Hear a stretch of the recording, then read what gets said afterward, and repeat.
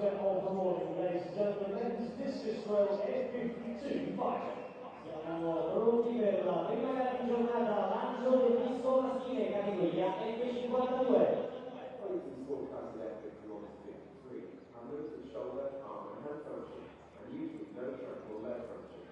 These athletes will be throwing and seated position. A lower level will get a higher degree of activity limitation.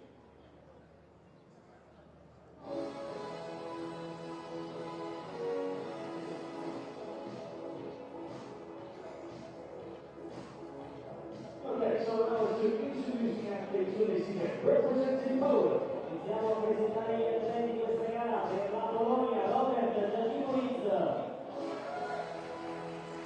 Representing Croatia, per la Croazia, Benny Sandor. Representing Poland, per la Polonia, Adrian Wieniawski. And representing Slovenia, per la Slovenia, Ernest Blanco.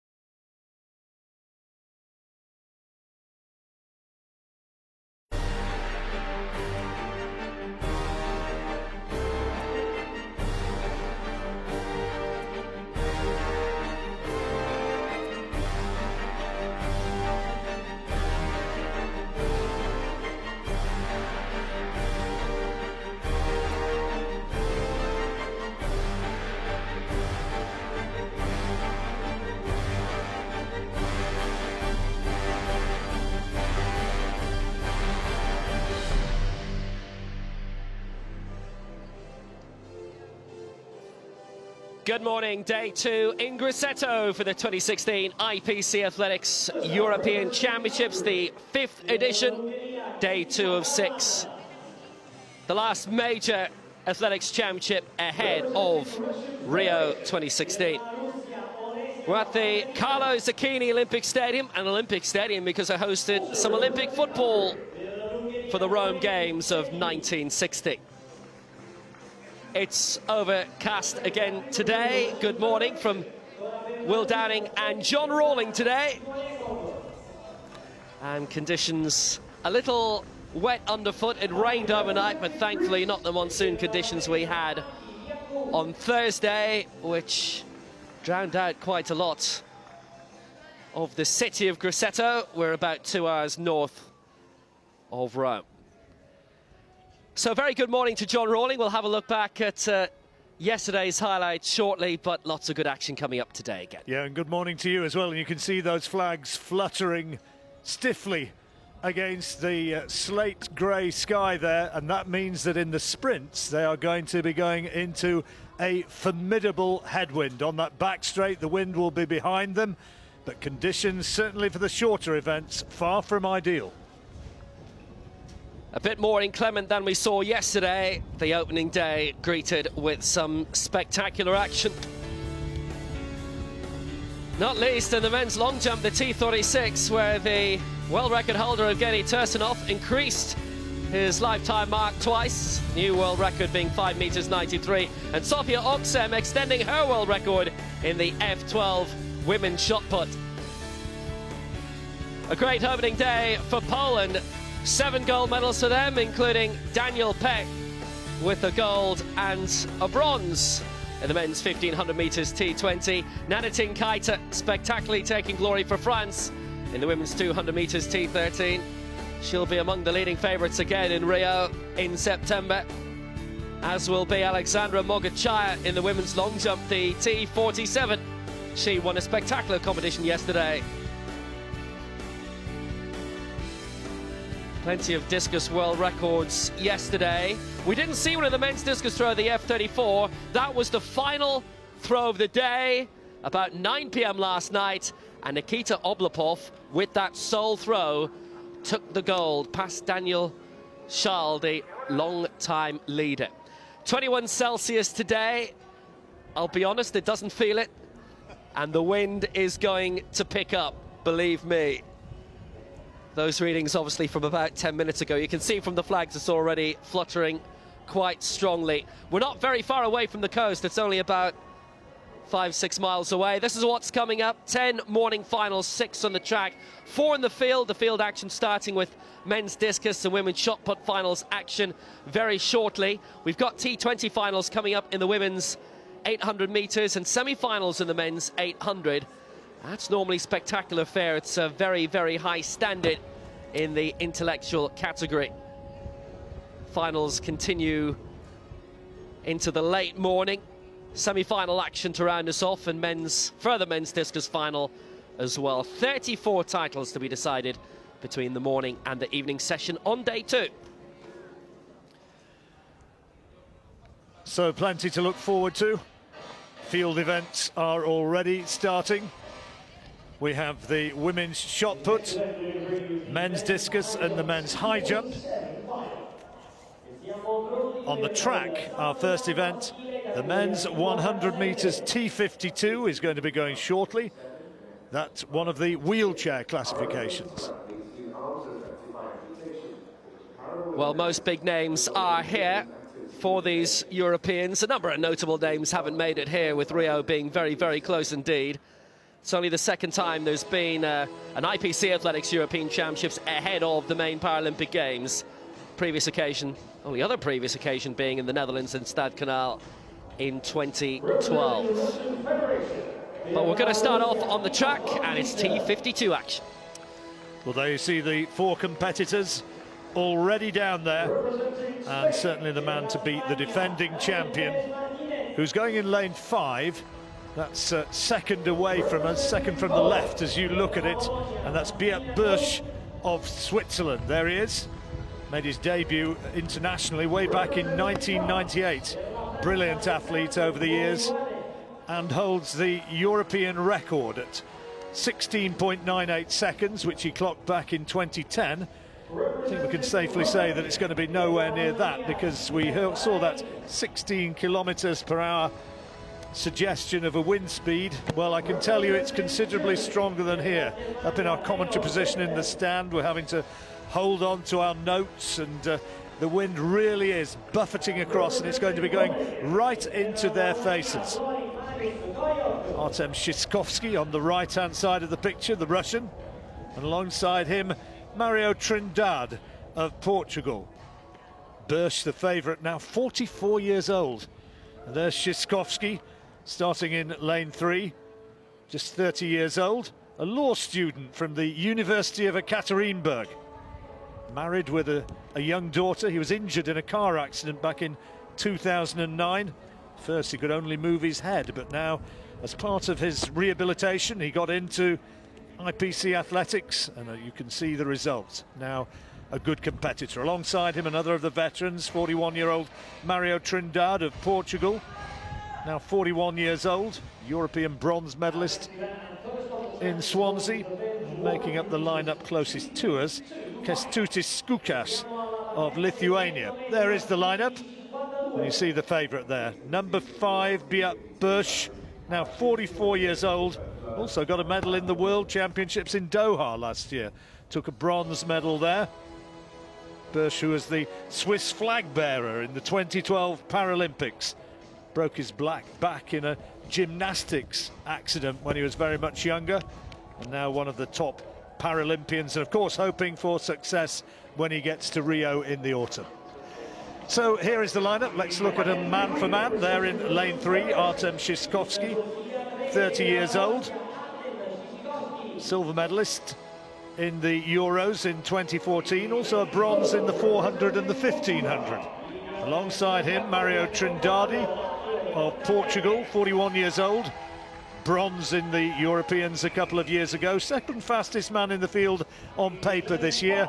And there's the favourite, 44-year-old Beat Bush, the defending champion. Paralympic medals as well as his European and world success. Paralympic medals in 2004 and in Beijing in 2008. And completing the lineup closest to us, there's 48-year-old Kęstutis Skukas. Married man with 2 young daughters, started off as a swimmer, now competing in the wheelchair athletics. Trindade, incidentally, the Portuguese in lane 4, president of the Portuguese National Association of Wheelchair Athletics, and once upon a time set a wheelchair world record for the distance done in 24 hours. Now, though, all about 100 metres. Set. And who gets the best start? Looks as though it may be Trindade who's gone out well, but look at Bush now, pushing wonderfully well in lane 5, and Bush is in front, being pursued by Trindade and Shiskovsky on the far side. But this is going to be another victory for the formidable Swiss athlete. Streaks across the line, time is a slow one, into the wind. Mario Trindade taking second, Artem Shiskovsky third, and Kęstutis Skukas finishing back in 4th place. So the form book continues to be proven, and the outstanding Beat Bush, who's been an international athlete now for some 18 years, takes the gold. Winning time didn't really matter, but he was emphatically number 1 there.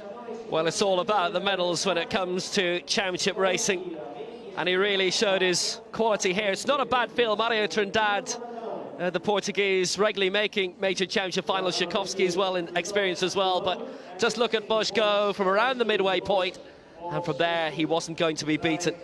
Brilliantly experienced. The fortunate thing from his point of view is that he's stayed in the IPC athletics scene up to a point where he's competing in front of full stadiums of Paralympic Games and competing in front of big crowds, and it's another major medal to add to his collection. And as soon as he hit the front, he wasn't going to be beaten there, John. Now, a good start from Trindade. Maybe for the first 15, 20 metres, he may even have headed the favourite.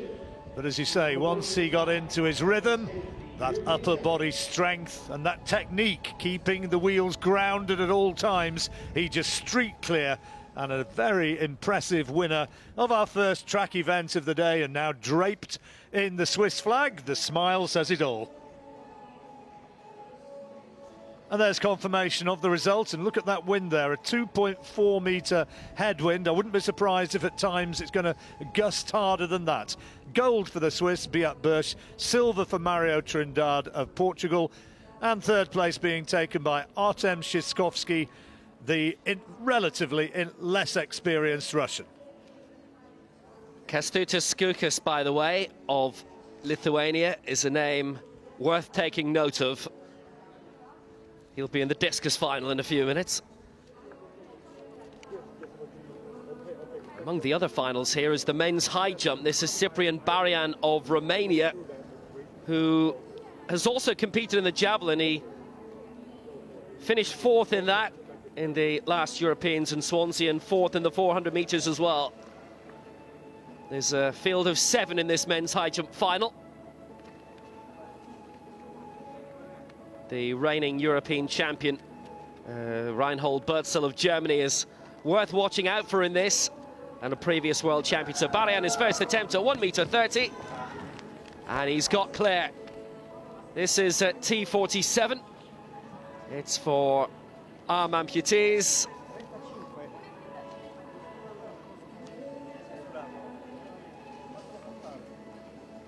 Did well, got the legs over, white flag. So it's an early lead for him.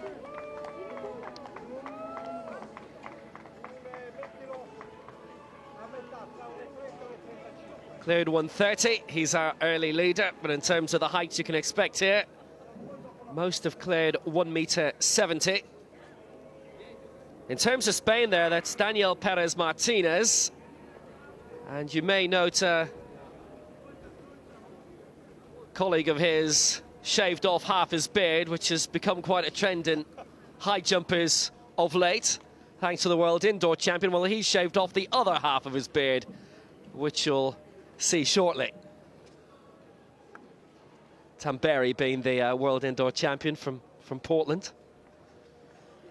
Got an Ibrahimovic look-alike waiting patiently to compete there. Well, looks like Barrian is going to go on. He'll be the next to go as well. Perez Martinez from one side looks like Ibrahimovic, and from the other, there's the other half of the beard's gone. But it's very early exchanges in the high jump. That's going to heat up the further on we go.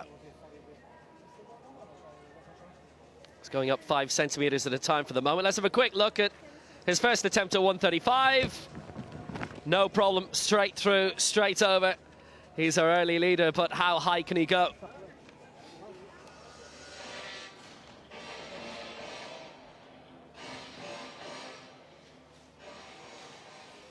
Well, as you can see, we've a nice smattering of spectators here for the second morning session. Men's 1500 meters T38 is the next track final. That's the nominally strongest of the standing cerebral palsy events. It's where Michael McKillop is the reigning Paralympic Games and world champion. He's not here, but we know he's watching on TV, so hello to you back home. Louis Radius of France is in this, the silver medalist behind McKillop at the World Championships last year. Quite a few of these are competing in the first major championship, testing athletes out ahead of Rio. And among those is Leonid Varfolomeev of Russia. His first major IPC championship, but he did win gold in the 800 meters in the Iowa's World Games in Sochi last year. Spartak Doci of Italy, from Syracuse. He has studied political science at the University of Catania. Albanian-born, his first major championship. Daniel Heine, the Czech Republic, finished 7th in the 1500 meters of the World Championships last year. First major championship for Conor McElveen from Derry, Foyle Valley AC. 2 golds last year in the cerebral palsy ISRA Championships in Nottingham. Christopher Weinberg, CV of Denmark, his first major championship. As is the case with Farouddin Mohamed Mehdi Reis of Spain from Albuquerque. For Belgium, Basile Mounier, 9th in last year's World Championship final in Doha. Was 4th, though, in Swansea in both the 800 and the 1500 in the last Europeans 2 years ago. And silver in Doha last October for Louis Radius. Bronze in the 800 meters. And a silver medalist in the last 1500 meters Europeans in Swansea. So nominally, he's our favourite. He is the European record holder as well, set in Doha back in October, 4:10. So away we go, the men's 1500 meters T38 final. Radius shooting away, straight away right to the front. This is actually Michael McKillop-esque. Actually, look at the lead he's got already, way in front. The Italian in second place, Spartak Doci, moving his way up on the outside, Daniel Heine. But what a startling lead that Louis Radius has decided to take up from the front straight away. He's a man really determined to stay there too. He's a man very much in form as well. His season's best, 4:13.65, only 3 seconds or so outside his lifetime best. Very experienced athlete. And my goodness, he's got a physique, hasn't he? He's a powerful looking runner, lovely style, and he is determined to do things here absolutely his own way, dictating from the front as much as to say, well, here I am, here's what I can do, let's see how you can live with me. And already he's stretched this field right out as they come round now towards the first 400 meters being completed. Well, the only man who's been able to live with him so far has been Daniel Heine. He's done very well, the Czech, to bridge the gap between Radius and the rest. Just behind, but then a good 20-meter gap to the rest. The Italians still faring well in 3rd place, Spartak Doci. But apart from that, the field is really spread out all the way between Radius and the Weinberg is moving up there as well. That is Weinberg who's up into 2nd place. who's also enjoying his major championship debut in the red of Denmark, apart from the red of the Czech Republic. Well, we've not seen a lot of Weinberg, have we? And he's season's best this year, relatively inexperienced runner, only 21 years old, and he's trying bravely to cling on to this fierce early pace which Radius is setting. There you see him in the red vest of Denmark, running in the sunshades, and a weak sun is now starting to illuminate this stadium, but Radius continues to pour it on from the front, and he's now established a lead of some 10 metres or so. Well, it's good running from Radius, and he's even further ahead of those in third and fourth place. Paralympic of Russia's moved up into third, who's a gold medalist on a different circuit in the last 12 months. Radius biding his time, holding on well at the moment ahead of Weinberg, who went a lap and a half ago to try and bridge the gap and has done that for now. But Radius has put the foot down again. He knows he's got company. They've got the big screen there over on the far side of the back straight, and Radius is maintaining his advantage. Weinberg doing well to keep up with him, and he's second place by around 30 or 40 metres now clear of Paralympic as they come round into the home straight for the penultimate time. Weinberg hasn't been shaken off by Radius yet. He knows he still has a bit of a fight before the gold medal's definitely his. He'll come up and take the bell this time, and the length of that lead is starting to extend. It was 10 metres, now it's 15 metres, maybe a little bit more, and they go through, and it's a decent time that's being produced here in conditions which are not ideal for this sort of event, and Radius now is piling it on in the lead. He's in sight of a gold medal. It's been a brave effort from the Dane in second place, but Radius now has surely booked another victory, and he's going further and further away. Well, Weinberg in his first major championship race has done exceptionally well, but now Radius has put the foot down. As soon as he heard the bell, he accelerated greatly, and away he goes. The lead is increasing all the time, and with half a lap to go, it's looking like more French glory here. Keita doing magnificently yesterday in the women's 100 metres, and Louis Radius is on his way to his first major championship gold medal. One final turn for home, and Louis Radius is on the way to glory. Weinberg's done brilliantly for Denmark. He's got a silver medal to defend, and it'll take a bit of defending, but Louis Radius, two major championship silver medals in the 1500 metres previously, is now the European 1500 metres champion in 4:20, and Weinberg increased his speed in the closing straight. It's silver for him for Denmark, and for Russia, Paralympic takes third place, coming in fourth. Good performance overall from Docci of Italy, who maintained his position very well along the way. Heine's fifth for the Czech Republic, and for Ireland in sixth place, Conor McIlveen. Seventh for Spain will be Rice, and eighth is Meunier for Belgium. But Louis Radius, well, that's the moment he's been waiting for his whole career. He's a PE teacher, a sports teacher back home, been based in Paris for a few years, and it is French glory for Louis Radius. And look at the distance that he won by. That was an impressive dictatorial piece of front running from Radius. He went from the outset, led literally from gun to tape, and takes it by a big distance. Good piece of running when you've got people in the field who you're not really too sure about. You've got people who were in that race there, who are in their first major championships, going to be inspired by the big occasion. Big piece of bravery from Christopher Weinberg in second place, the Dane. And in the end, he was tiring badly down the finishing straight. And Leonid Varfolomeev of Russia, who was in his first major championships, he bravely came through, closing the gap and taking bronze medal. And you can see Radius, as he celebrated for the cameras, he still had a little bit left in the tank. Flag on his shoulders, a smile on his face, another gold medal for France. He's been waiting for that for a long time. He's had to deal with Michael McCullough and Brad Scott the past few years, and normally in major championships for to be 1-2 in that order. 4:20.01 is a new championship record. Weinberg with a personal best in second, and Paralympic with his best performance of the year in third place.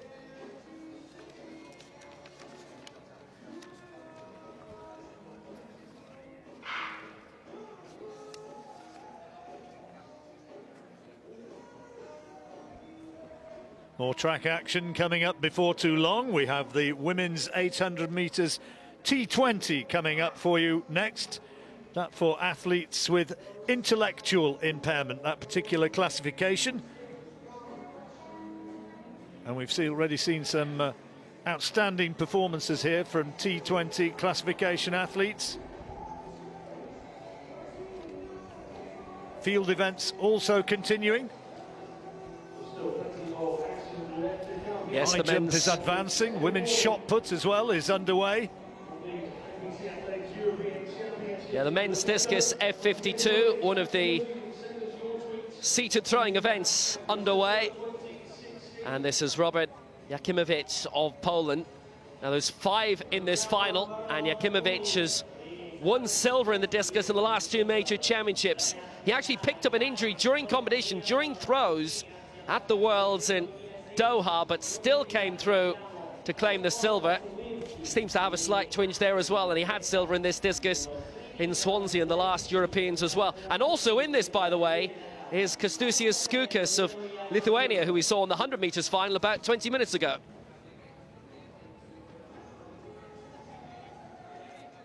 All 6 throws coming at once in that.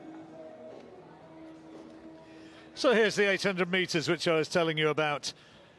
2 Russians, Polish athletes, Portuguese and Hungarian.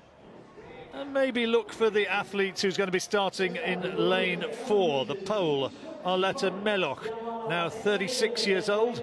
A silver back in the Paralympics of 2000 and another big medal in the 2008 Paralympics, competing in the World Championships since back in 1998. Lane 3 there is Maria Koltkova of Russia, 33 years old.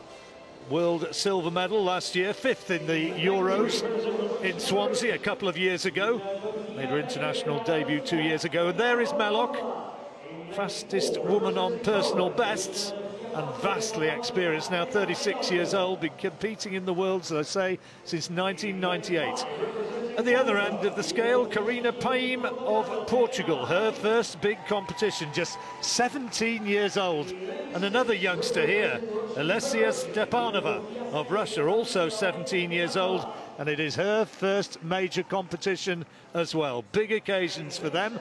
And completing the lineup on the outside, 30-year-old Hungarian Bernadette Biaxi. Her twin sister Ilona also competes. Bernadette took a silver in the European 1500 in Swansea 2 years ago. So 800 metres, 2 laps of the track. Starting off in lanes, of course. And who's going to dictate the pace here? As I say, Melloch quickest in the field. Maybe Koltkova will be the one who presses her hardest, number 692 on the inside, and on the outside, Biaxi, who works as a gardener back home in Hungary. She looks as though she's taking it out quite well also. And improving now, the young Russian, but coming sweeping across from the outside. The early leader there, Biaxi, right up alongside Melloch, perhaps the favourite, as they go down the back straight for the first time with that fairly stiff breeze behind them. They'll come around this second bend now and move towards the straight, and then they'll feel the weight of that breeze into their face. In the sprints, we've already seen that it's a head breeze of perhaps more than 2 metres per second, although it's perhaps dropped a little bit from earlier on. And Biaxi is looking strong on the outside of Melloch, and it's those two coming stride for stride down the straight, coming up now towards the bell. Yeah, the Biaxi twins, both very strong. They both medal regularly. Melloch as well with her international colleague Novizia. At the moment, it definitely looks to be between these two. Koltkova's had some very good international results in her career as well, but as they take the bell, Biaxi and Melloch jousting for gold at the moment.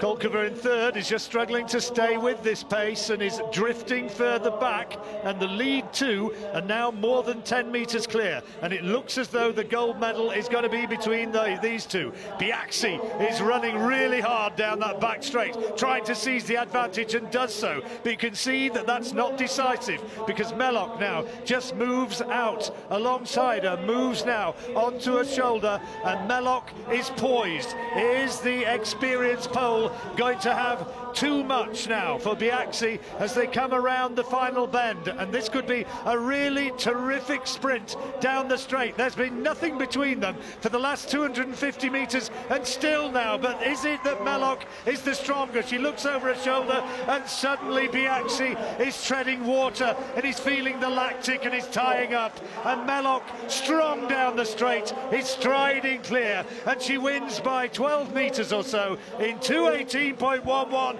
and look at the time that has broken the world record which was set last year. That is a world record by some 4 seconds. A brilliant piece of running from the 36-year-old Pole. She was superb, kept it together down the straight, and she has not only taken the gold, she's ridden herself into the record books. And she's taken the world record off her international colleague who won the 1500 metres yesterday, the world champion Barbara Novizio. This is one of the highest standard events really that we have. It's 6-7 high-class athletes who know each other very well, who compete against each other regularly. Poland and Hungary particularly are powerhouses in this category, the intellectual at T20. And Mellock's big moment has finally arrived, because normally she's not even the leading pole in the race. It's Novidiel's job. But what a race this was. I mean, the final lap was absolutely sensational. In the back straight, they just both went for it. Biaxi, along with her twin sister Alona, regularly will pick up silver medals and bronzes. Many more of them than golds. This was a big moment of big glory at a European Championship. But Mellock, who's used to winning second and third places herself, was determined this was going to be her day. But the time, absolutely sensational. My word, it was her day, and if her great Polish rival had been in the field, it may be that she'd have tasted defeat. Biaxi there in second place, despite, look how she's struggling down the straight there. She is going back, but she also produced the best run of her career, a lifetime best for her. But it's all about this athlete, Arletta Mellock.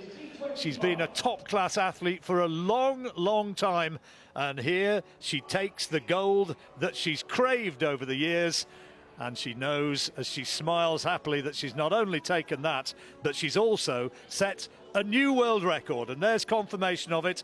Bernadette Biaxi in second place, lifetime best for her, and the rest of them, well, they're almost in another race, weren't they? But the bronze being taken by Maria Kolkova of Russia.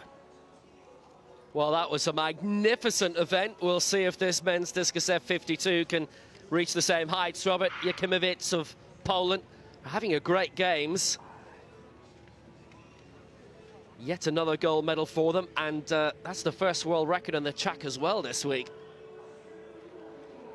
Jakimowicz with a strong chance of a gold medal here. There's 4 in the field who in the last 2 years have won major championship medals in the discus. 19 meters 42 is best to date, that coming in the third round.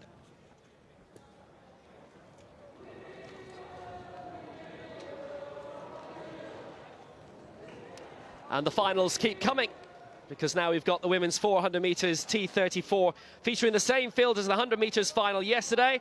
That was won by Veronika Doronina of Russia, who, as we said yesterday, for most of the 20-year-old's career has been a thrower, but she's on the track now and a European champion. Carly Tate took the silver in that for Britain. She's been on the Diamond League circuit at events where IPC events have also been taking place. Here is Carly Tate, inspired when she was at home watching London 2012 and the great track and field action there. Lifetime best set this year of 106.46. No Hannah Cockcroft here, but we'll see her in Rio, don't worry about that. And Carly Tate too, no doubt. Joyce Lefebvre of Belgium, it's her first major championship. She finished third in the 100 meters final yesterday. That wheelchair she's in, she has to rent out at the moment. Maybe a big sponsor will come along and make it a permanent move for her. And here is the 100 meters champion.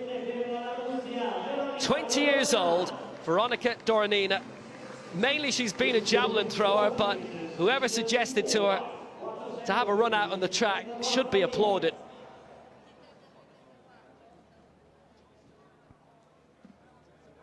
Carly Tate is the fastest in the field, 106.46 set this year. In fact, all three have enjoyed their fastest times this season. So Tate in 5, Lefebvre in 6, Doronina in lane 7. The 400 meters T34 final. A good start by Doronina. An excellent sprinter she has proven herself to be yesterday. Tate has got off very well also. Lefebvre just slightly being left behind at the start. When things level up in around 200 meters time, it'll be interesting to see whether Doronina can provide the same kick that she had in the very fast sprint race yesterday. Tate going well also in lane 5. Doronina on the outside will have Tate come into her periphery vision shortly. It's been a very solid start. Great starter was by Doronina, leaving Lefebvre behind. Now things will tighten up as they straighten up for the final 100 meters.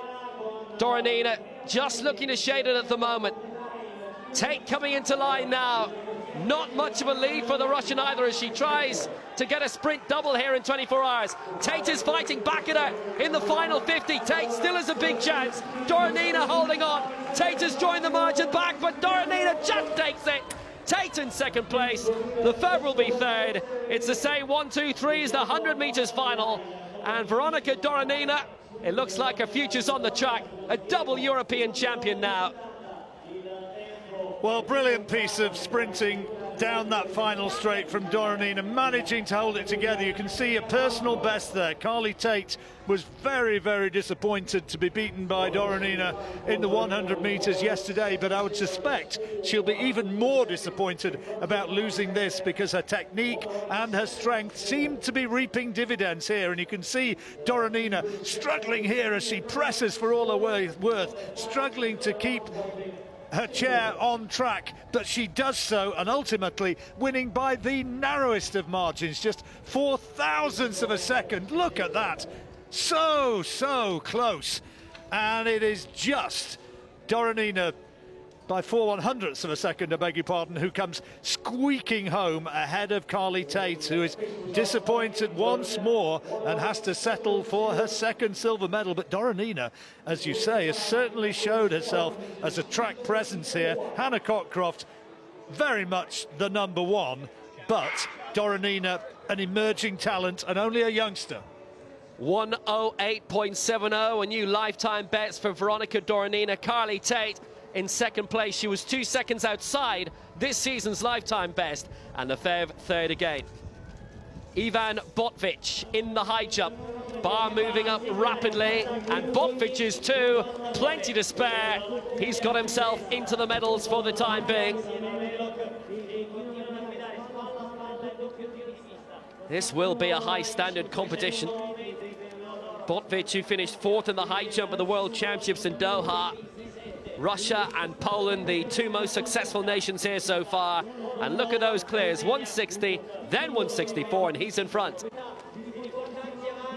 Perez Martinez, you can see, like his colleague yesterday, half-bearded.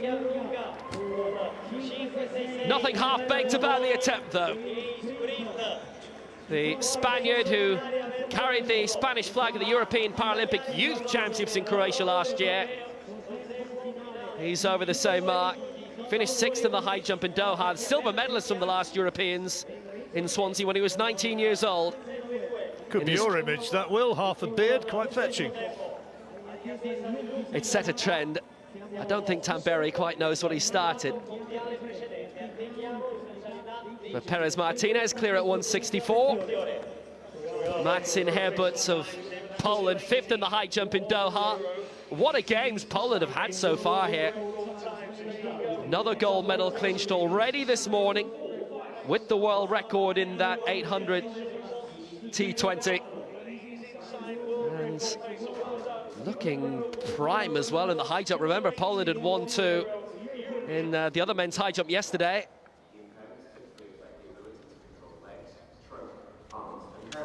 The men's 400 metres T44. Henry Manny, the favourite. The Finn starting in lane 2. Two British contenders as well. Ben Rowling's Isaac Towers. Thomas Manny. Finnish brothers. Henry, though, very much the favourite. 4 years Thomas as senior. Sebastian Mowbray of France, now 34 years old. Won a gold in the World Championships back in 2011. Well, they're on the inside in lane 1. Now living in Newport in Wales, Ben Rowlings. 4th in this 400 metres in Swansea in 2014. 3rd in the 800 as well. Alongside him, Henry Manny. European gold medal at 100, 200, 400 and 800. You could say he's a handy competitor. In lane 5, still only 17 years old, still improving, Isaac Towers from just outside Blackpool. Bronze in 2014, also got a silver in the 800. Thomas Manny, 19 years old, 4th a couple of years ago. A smile for the camera. Altogether more focused. Oh no, little reaction for the Frenchman as well, the railway worker from Paris. 6th in Swansea in the 400, 2nd as well in the 200, Mowbray. So is Ben Rowlings going to be able to produce something special here to beat the great Finn outside him, Henry Manny? Manny, one would suspect in 2, is going to be the man to beat, though.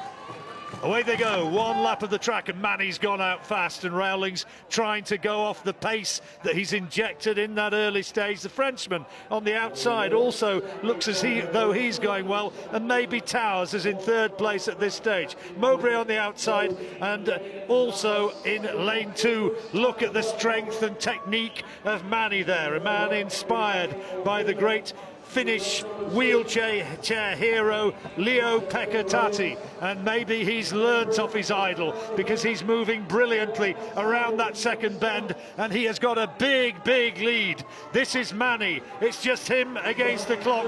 The race looks as though it's already won. Rowlings in 2nd place on the inside, maybe just ahead of Towers. It's going to be close from the British too, but it's gold for Finland. Great performance. 2nd place Towers just ahead of Ben Rowlings.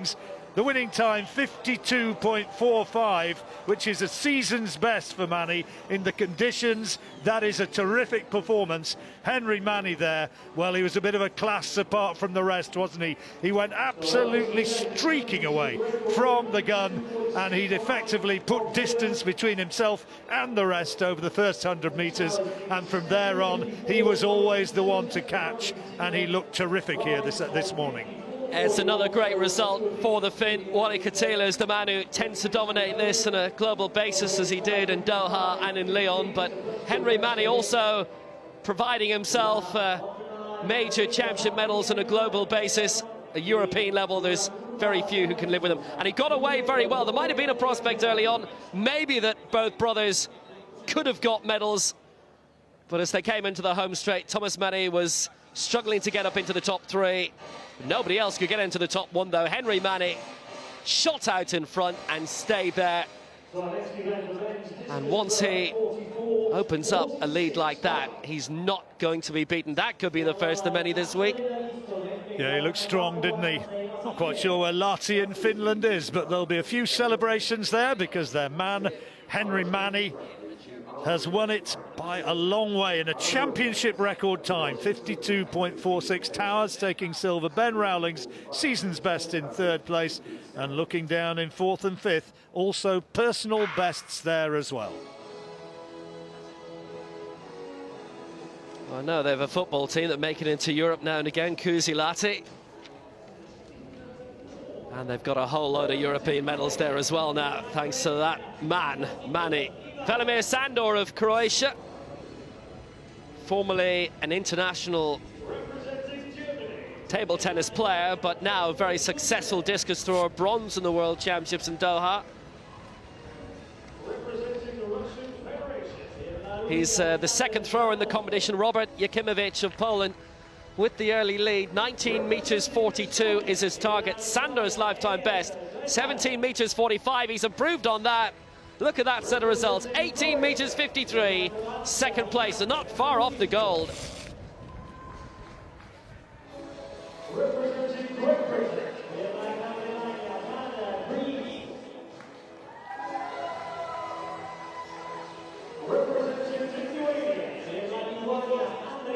As you'll see, nice crowd building if you're watching locally online. Entry is free all week. Live action around the world, and Grosseto2016.com on YouTube Live as well. And all the live results there as well, and on social media the hashtag is Grosseto2016, 2 S's 1 T. Back to the high jump. Koyok of Romania. Former Romanian league footballer. Didn't register a mark during the London 2012 final. He picked up an injury during that, but he's well in contention here. Finished 8th in the long jump he did in the last Europeans in Swansea. Interesting to see some of these high jumpers earlier on using the straddle technique, but there you see the flop. Dick Fosbury, wasn't it, back in, what was it, 1968 thereabouts? That was when it kind of revolutionised the sport. It's been immortalised in advertising lately as well, his Botvich, and that'll give him the lead again, the Russian. It's funny how Dick Fosbury was realistically forgotten for quite a while, but he's become a lot more prominent in the media the last 5-10 years, and as I say, he's used in all sorts of adverts lately. I confess being old enough to remember when that revolutionary new technique came in. Anyway, we continue now with action on the track. This is the men's 800 metres T13. Athletes with visual impairment. The defending champion Igor Sharov of Russia will be starting in lane 6. Brilliant athlete. Sharov, who made his debut in 2012, and of course wanting, when he gets to Rio, to perhaps atone for the disappointment of, in his mind, only taking the silver. 20-year-old Alexander Kostin, another Russian. Sasha, known to his mates, 4th in the Worlds last year, also a decent footballer. In lane 5, that should be lane 4, yeah, I beg your pardon, Matthias Boonen, first major championship for him, 22-year-old Belgian. Lane 4, Abel Kurap of Romania. One of 7 kids, 5 of them visually impaired. He was 8th in the Worlds in 2013. And on the outside, there's the favourite. Man to beat, maybe, Igor Sharov, 27 years old. Gold in the Worlds in 2013 and in the Worlds of 2015, and the defending champion. But he's not going to have it all his own way, because the young Russian on the inside, Alexander Kostin, a prodigious young talent himself. There's Sharov. And he'll be wanting to make a bit of a statement with Rio approaching. Not too long to go now before those Paralympics in September, and Sharov, with that lovely fluid running style on the outside, looks as though he's made a confident start. But who's going to take it up? Because Kostin as well has also started well in lane 3, but on the outside, as they break from lanes, you can see how much Sharov has put into the early stages, into his opening 100 metres, and he's already opened up a lead of more than 10 metres as he comes around the first bend. Sharov is the European record holder, a time he set in Doha last year at 1:53.16. I wonder if he's going to be able to get somewhere close to that. I said that this might be a close race. How wrong can you be? It's looking like a Russia 1-2 at the moment. The thing about Sharov as well, he's won the last 3 major titles, 2 Worlds and a European. He's beaten everybody in the field, apart from the debutant Bonin. Kostin lying very well in second place, and a good gap between him and third, and Chirop of Romania. Well, it's a blistering first lap, and if he can produce a 57-second second lap, he'll be somewhere close to his lifetime best. The world record stands at 150.7 to Abdel Latif Bakar of Algeria, set in Seoul last year. Surely it's not going to be as quick as that, but look at the way in which he has just taken this field apart. Igor Sharov absolutely dominant, and he's now some 25 metres ahead of Kostin in second place, who's almost running a different race here, and the rest of them just strung out behind behind that. Long distance. There's rain in the air now as Sharoff now into the teeth of this stiff breeze. He's hearing it now, and this is starting to hurt a little bit in the closing stages. The clock ticking on, and it's going to be outside his lifetime best, but maybe forget about the time, because that was just showing him in a completely different league to the rest. Costin coming home in second place. Kirap of Romania takes third, and coming through a long way back in fourth place, Matthias Boonen, his first major competition, but Sharoff, so experienced, and so much going towards the Olympics, the Paralympics in Rio, as a big favourite. He looks as though he is in the sort of mood to atone for that disappointment of 4 years ago. Well, if you won the last 2 World Championships and you're coming to an event like this, that is precisely the sort of performance you want to put in. Sharoff looking quite dominant from the start, and he increased that dominance all the way through. He wasn't going to make a race of it with his colleague Costin, who did very well to come back from second place, having finished just outside the medals in Doha in the 800 metres back in October. Sharoff, it's not about the times on a day like this, especially with the wind swirling round and the rain really beginning to come down now in this open stadium in Grosseto. Sharoff has now won 4 major titles in a row. So there's confirmation of the result. Championship record for Sharoff, and yet another big gold medal for him. Alexander Costin having to settle for a little bit of a running lesson from his more experienced Russian colleague, taking the silver medal, and a lifetime best as well for the Romanian in third place.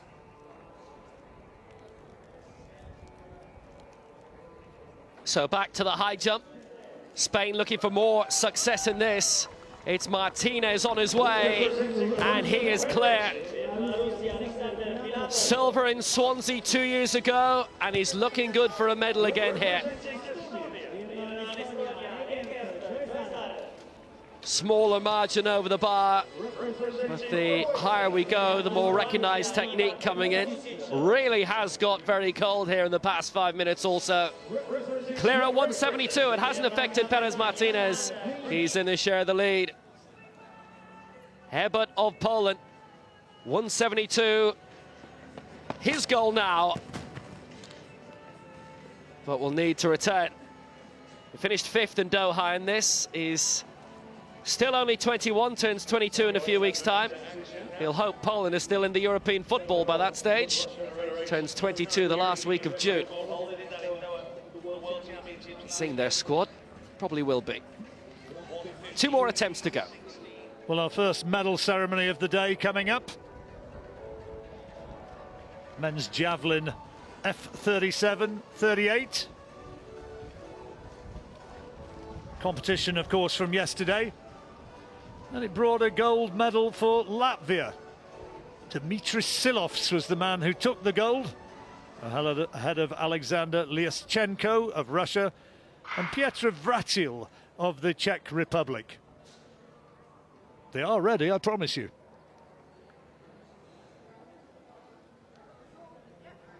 I think when they went indoors, it was actually a nice day, and now they come out into the rain in Grosseto.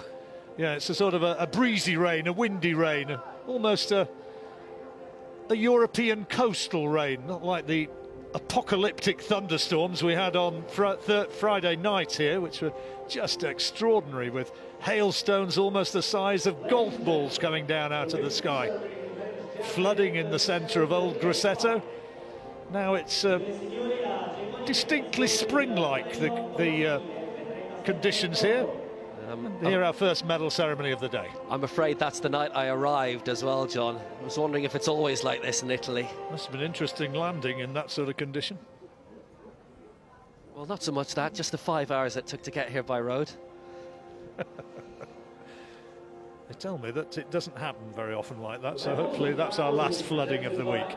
John Morley, CEO, Disability Sport Wales, and Marco Antonia, General Manager in the company.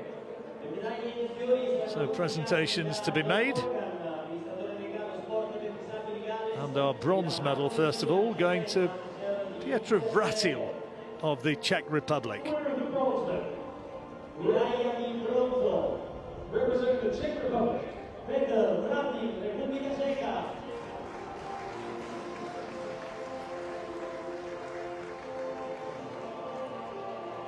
Performances come and go. It's a bit of an athletics cliche, isn't it? But medals are there forever. And all these athletes, they all have a story to tell. All having to overcome their own personal difficulties and showing that as Paralympic athletes they can be triumphant. And these are moments which will live with them for the rest of their lives. Winner of the silver medal representing the Russian Federation. Medaglia d'argento, Alexander Yashchenko, Russia.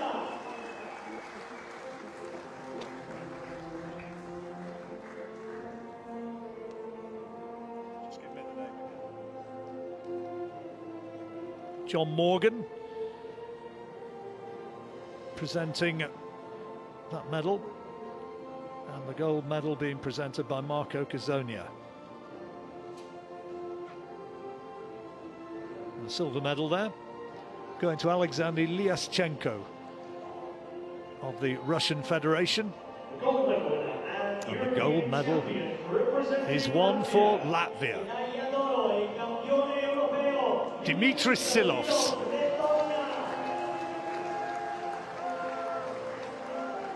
He's got friends and family up in the main stand shouting their support and their encouragement and recognition of an outstanding performance, taking the gold.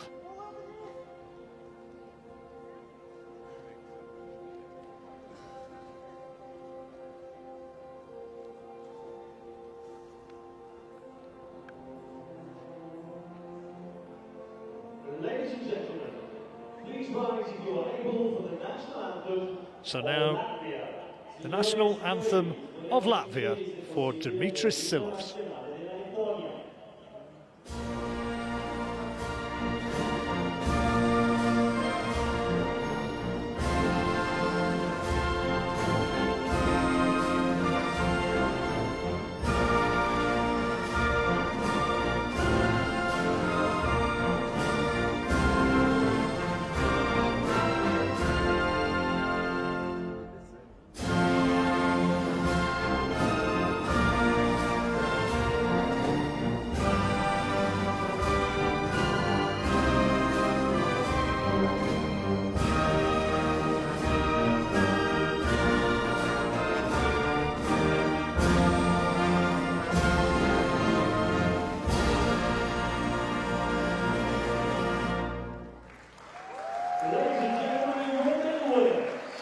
So, happy smile from Dimitris, and the picture which they'll be able to keep for posterity. And there's confirmation of the result for that men's javelin F37-38.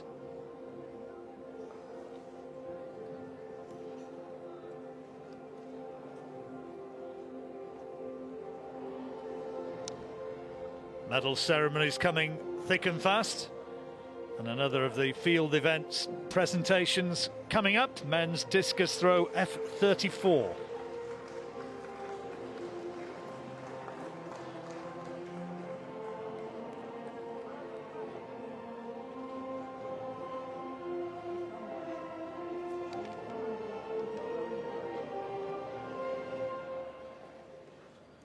Quite a few of last night's medal ceremonies had to be put back to this morning. There was a massive men's discus competition that lasted over 3 hours for a lot of the afternoon session, which meant that this event, the men's discus F34, got underway an hour later than scheduled. It produced the final gold medalist of the day. There's quite a story attached to that as well. This is the F34 men's discus, and we have a new champion.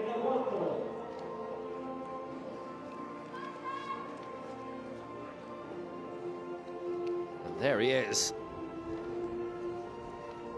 Winner of the bronze medal representing the Russian Federation. Medaglia d'argento, Russia. Evgeny Malak of Russia, the second consecutive bronze medal in the men's discus at the European Championships. The shot is more his event. He's reigning European and world champion in that, and will give that his best shot later in the week.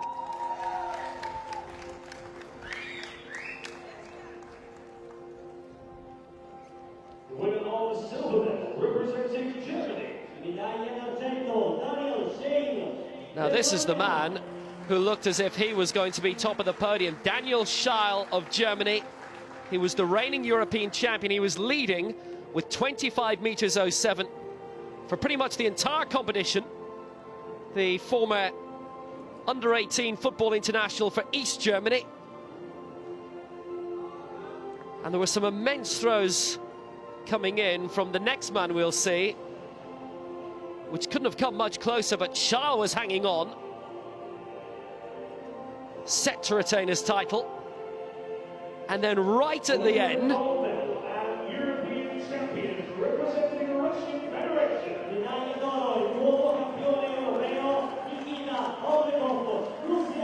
Nikita Oblapov of Russia. He's born in modern-day Ukraine. He threw 25.06. He was a centimetre behind, and then with his very last throw, and it was the last throw of the competition, he edged in front by 1 centimetre. A new championship record, his first major international competition, and he takes the gold for Russia. Ladies and gentlemen, please rise if you are able for the national anthem.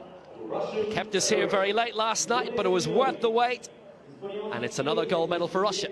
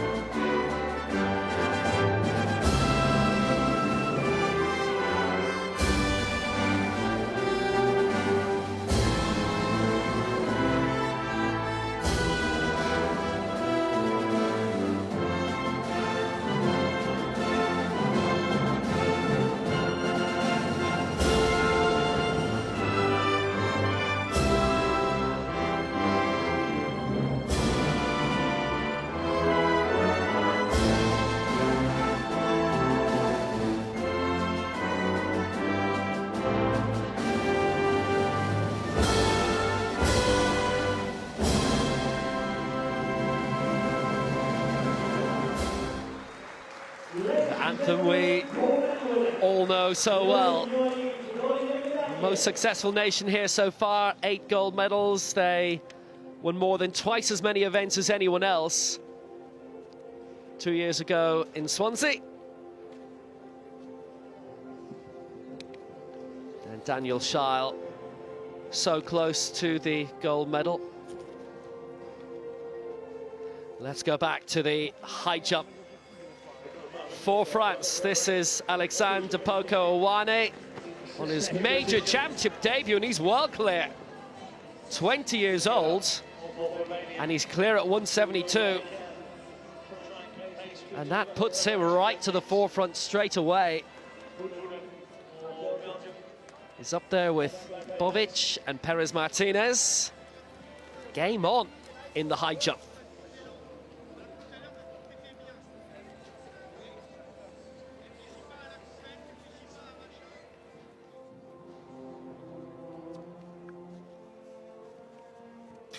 Well, back to the track, and we've got 2 semi-finals to come in the men's 800 metres T20, the intellectual category.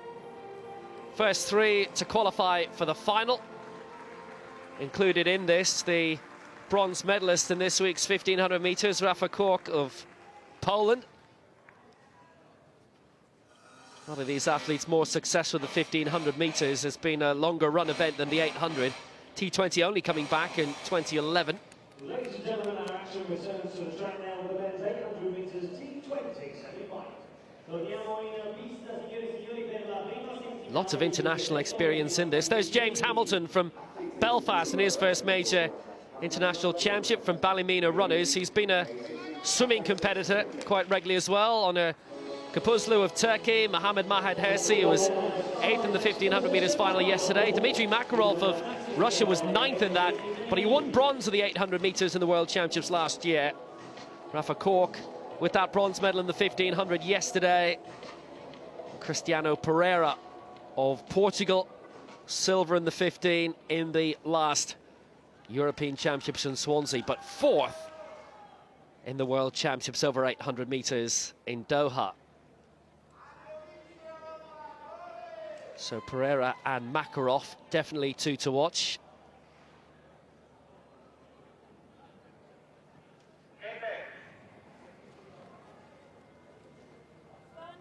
Stand up. Just having to reset.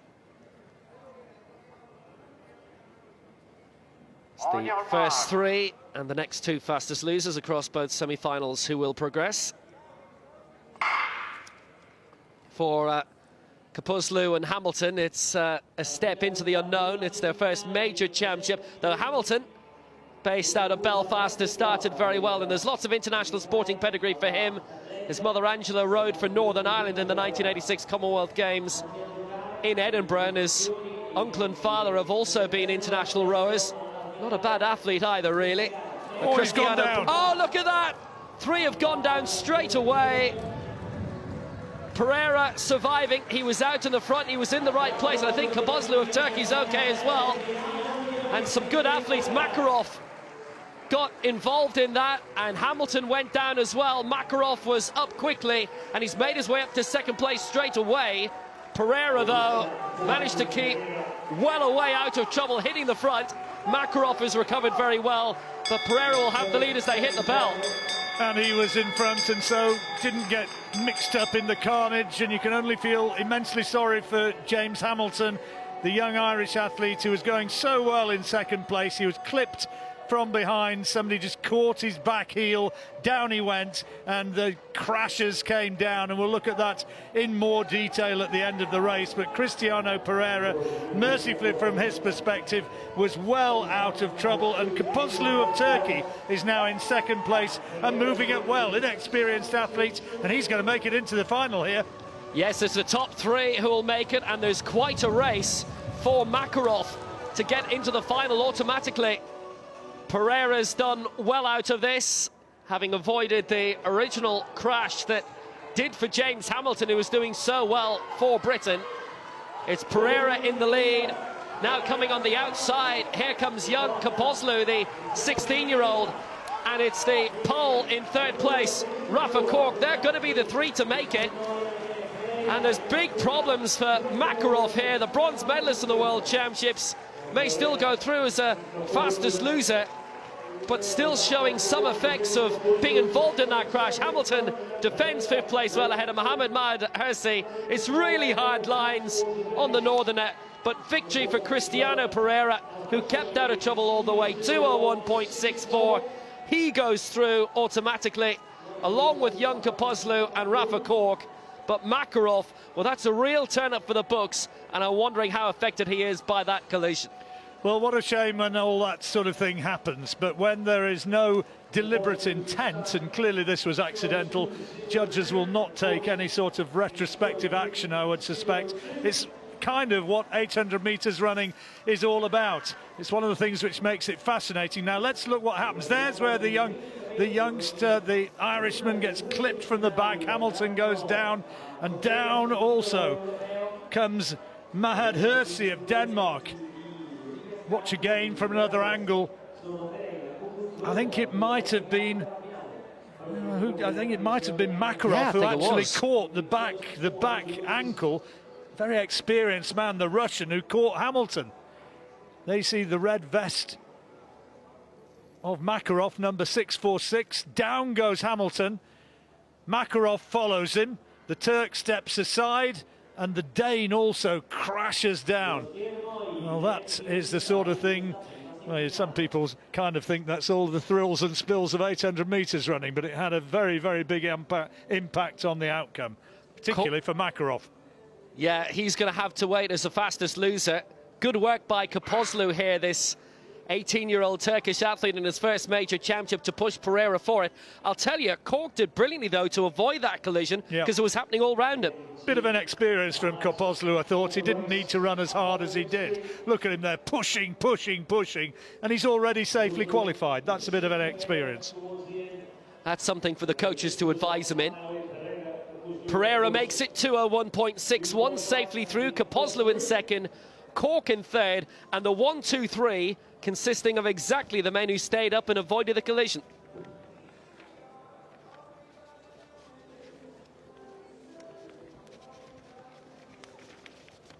And the second semi-final to come. And we move on now. There is the lineup. Daniel Peck in lane 4 and Rabanitsky in lane 3. They could be the favourites here. Rabanitsky, gold in Doha last year at this race. Peck, very experienced and a lot of success over the years as well. First 3 to qualify, plus 2 fastest losers. Let's hope there's none of the problems they had there. So let's give you a full lineup. On the inside there, you see number 660. There is Alexander Rabanitsky, 22-year-old Russian, gold in Doha, also a bronze in the 1500 meters, and was 6th in the European 1500 in Swansea a couple of years ago. Got a personal best time of 1:53.63. Good runner.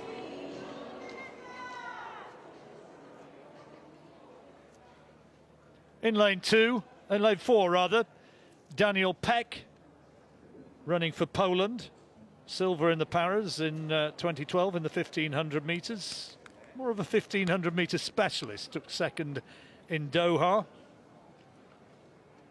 There he is. Danish athlete, Paulo Benavente of Portugal. His first major championship starts in 5. Vladimir Samulyuk of Russia is in 6. In lane 7, Steve Morris for Great Britain, and out in lane 8, Sylwester Jasiuk of Poland. But Rabanitsky on the inside, the man with so much experience. Looks as though the pole's gone out quite quickly there. Peck, who might be leading as they go down the back straight for the first time. The 24-year-old Pole, who was 5th in the Doha 1500 meters last year. That's Daniel Peck, number 544. And on his shoulder, coming from wide on the outside, and now taking it up, is the Russian, just 19 years old, Vladimir Samulyuk, 7th in the European 400 meters in 2014. Not really his distance, you would suspect, but is he going to be able to produce something special here?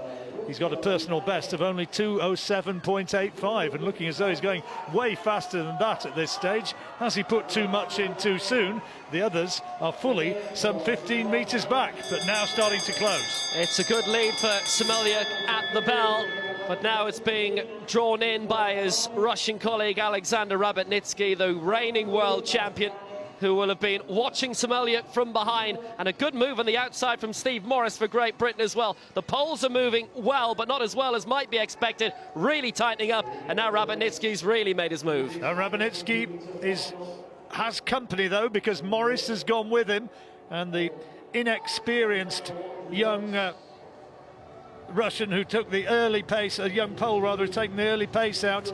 He looks as though he's struggling a little bit now, and it is Rabanitsky who leads. Morris is hanging on in there. Third place, it's close. Battling for position there. Number 528 coming round is Jasiuk of Poland, and Morris is under pressure now because also in that is Daniel Peck, but Morris is going to hold on, I think, but here comes Peck, and Morris just being run out of it, and it's the favourite who wins it, Rabanitsky. Jasiuk was up there, Peck as well. Those are the 3 automatic qualifiers, and Steve Morris, who bravely tried to go with Rabanitsky when he hit the front with 400 metres to go. He goes through in 4th place, but will probably qualify as the fastest loser. 1:58.98, Rabanitsky's leading time, winning time, and it looks as though he's going to be going towards the final as a favourite to take a gold medal to add to his World Championship gold medal last year. He looked pretty good to me, Will. Yeah, it was a blanket finish. I think Morris probably will be okay as the fastest loser. It might even be faster than the winning time in the other semi-final. That was the move by Rabotnitsky on the back straight, and then the two poles came along. Really, Samulyuk pretty much did too much too soon. Still quite young. He's only 20 years old next month, so again there'll be more coaching advice coming for him. Rabotnitsky using all his experience. Morris gamely going with him. They've got a very strong T20 program in Poland, as we see in the men's and the women's. Very good middle distance runners in that on both this and the IAAF circuit.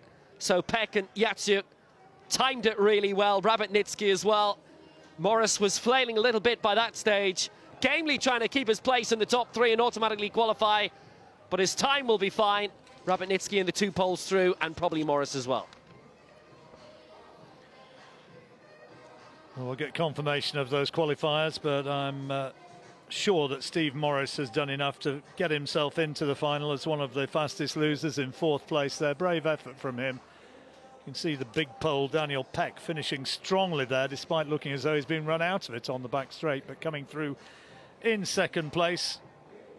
Yatsiuk also making it through as well. He went out in the heats of the 800 last year. And there's the result there. Rabotnitsky, Yatsiuk and Peck, automatic qualifiers. Season's best from Steve Morris. And good to see a lifetime best as well for Samulyuk, the Russian, back in fifth place. And now we can take a look, I think, at who has made the final from those two semis.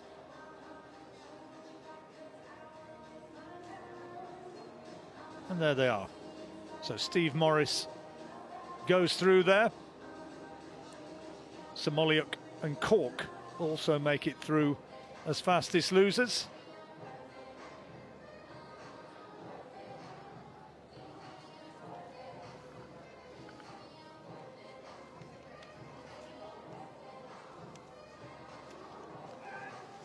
A little bit warmer and less windy than it was earlier on, Will. It's starting to feel a little more encouraging for the athletes out there.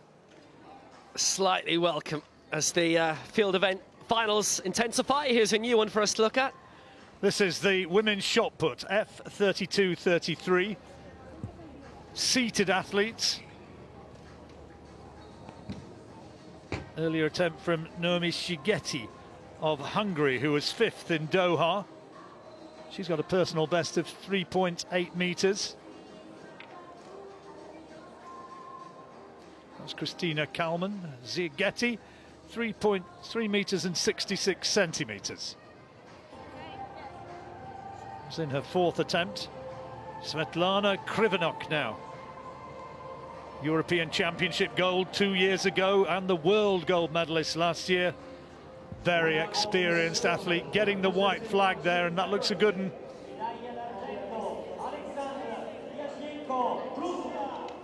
Waiting for the measurement to be given. You can see the technique, all about core body strength, turning those shoulders and using the support pole as a pivot. And 5.75, I think that's a lifetime best.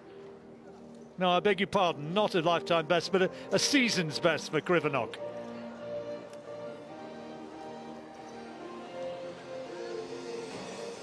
Back to the men's high jump, and Ivan Botvich of Russia edged out of the medals in the World Championship in Doha. Finished fourth there. He's still only 20. And that keeps him well in the frame, in top spot here. Season's best is 180, lifetime best 185. He's not far off his best mark in 2016. He'll consider himself a strong prospect for Rio, considering how well he did at those World Championships back in October. Straight over and unblemished so far, clear at 176.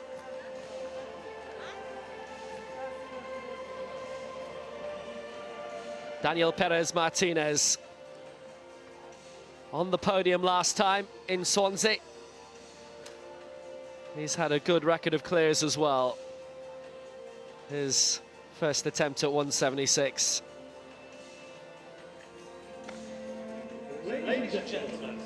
Decent run up,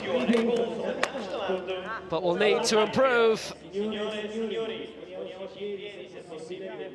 Bar coming clear off, and he actually wasn't really close to that at all.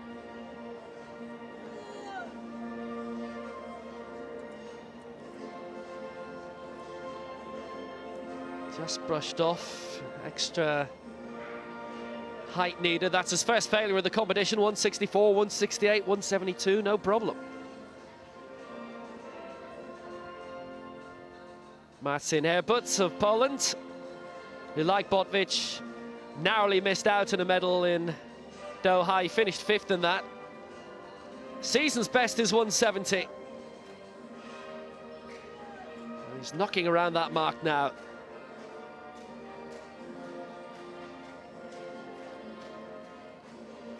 All in all, it's quite a young field. 5 of the 7 are 22 or younger.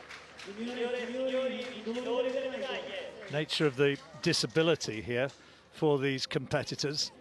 It's a balance issue and also a power, thrust and drive issue from having impairment in one arm. That's the effect and the problem that they have to overcome. And the many, many hours, months, years of practice enables them to perform so brilliantly. Well, that was a joint lifetime best he was going for at 176, and he was really close to it. Look how high the back was over the bar. Posterior brought it down. But he was a lot closer to it, I thought, than Perez Martinez.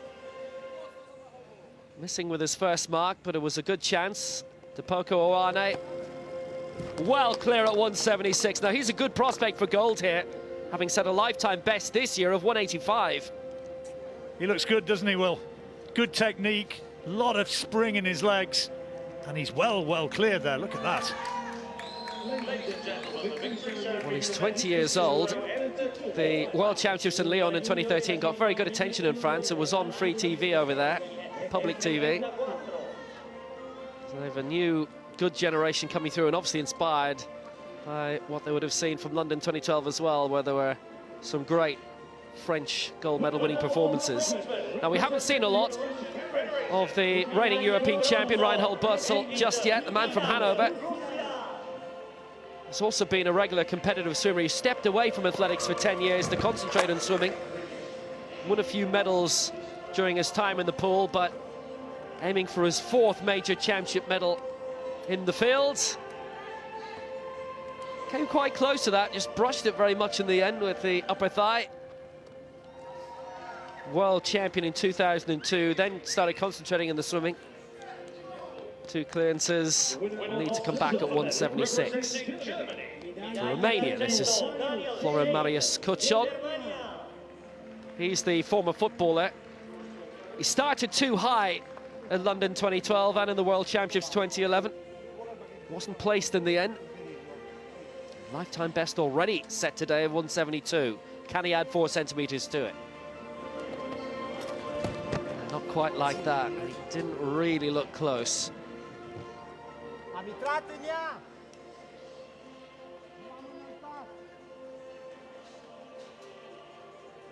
Mental issue as well as a physical issue for these high jumpers when they're moving into uncharted territory.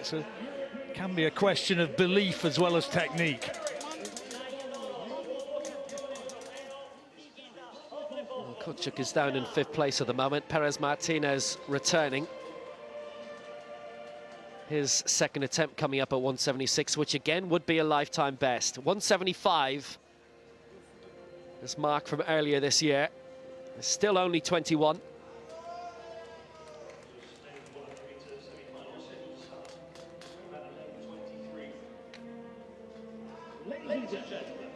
Didn't quite get the angle right last time. Wasn't really close to clearing the bar. Can change that here.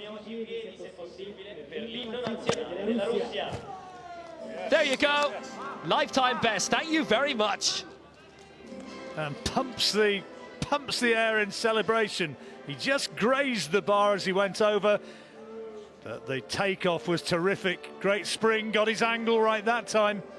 By fractions, that is his best ever.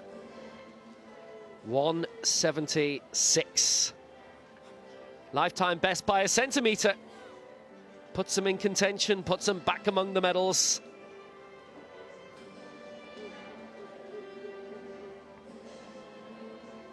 Athletes just pausing for one of the medal ceremonies taking place in the background, but a really good competitive high jump competition we're seeing here. Yeah, the other Spaniard, by the way, who shaved off half his beard was Salvador Cano Garcia. Won the bronze in the T12 high jump yesterday. It worked for him. It's definitely working for Tamberi. I remember seeing him for the first time at, I think it was the European Indoors last year, and he'd made a few appearances in the Diamond League the year before. Picked up a minor medal in Prague, and now he's the world indoor champion. He's definitely set a trend. If you're looking for track action, we've still got the men's 100 metres semi-finals coming up for you in the T12 category. That's visually impaired athletes. 2 semi-finals still to come as the high jump continues. Women's shot put F32-33 still to be decided as well. Svetlana Krivanok, young Russian, leading the way. Svetlana Krivanok, just 18 years old, European champion from 2 years ago, and the World Championship gold last year, and looking to add another gold medal here this morning. Yeah, we're concentrating on Mats and Herbert here.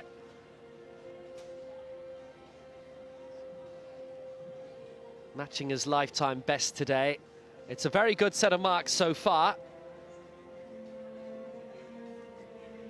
Second attempt then, 176 to match his lifetime best once more. He sent the bar down, and again for the second time, he's not been that far away. Just couldn't quite take a pointer off Perez Martinez from a few moments earlier. I tell you what, he was very close to that, Will. He'd got the clearance, it was just the trailing leg that brought him down. Core of his body was well clear, and he's clearly got it in him to get over that height. Well, this is the man who's the European record holder, Reinhold Bertzel, set it at the World Championships in Lille back in 2002 when he won the World Championship title. So the European champion going again. That will do nicely. Season's best is 180. Happy days. Looks like Joe Cool there, didn't he? All in the morning's work. No celebration yet, but he knows he's on course. Well, he's been here before. He's in the bronze medal position as a result of that previous failure at 176. Back to the Romanian Koyuk. Well, he's already set one lifetime best today of 172. Now has to add another 4 centimetres onto it. Best ever height, and he looks set for his best ever championship result as well, having finished 8th 2 years ago. Likes his football, but he was watching that match on Friday night, France against Romania. He didn't like that though.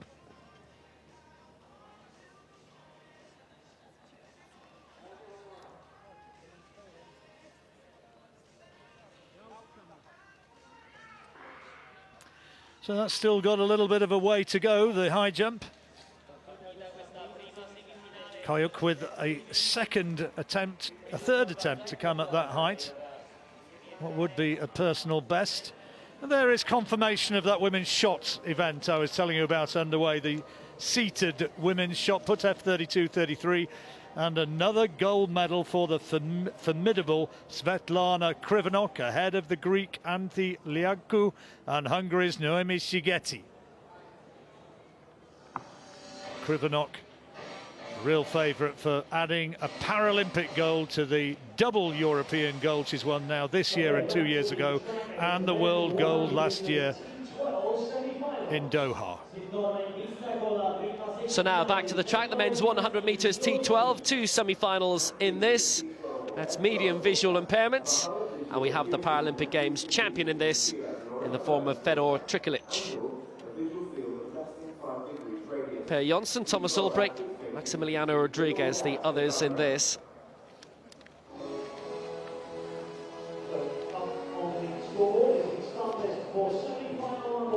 This is the event where athletes can use a guide if they wish, but none of them have elected to do that. It's the event where Jason Smith moved into for one championship before he was reclassified as a T13 again, where he's been for most of his career. And there's Fedor Trikalic, who's won 6 major championship gold medals, 5 of them in relays, and the other one in that 100 metres at London 2012. Regularly a medalist in the 1 and the 200. Bronze in both of those are the World Championships in Doha. On your mark.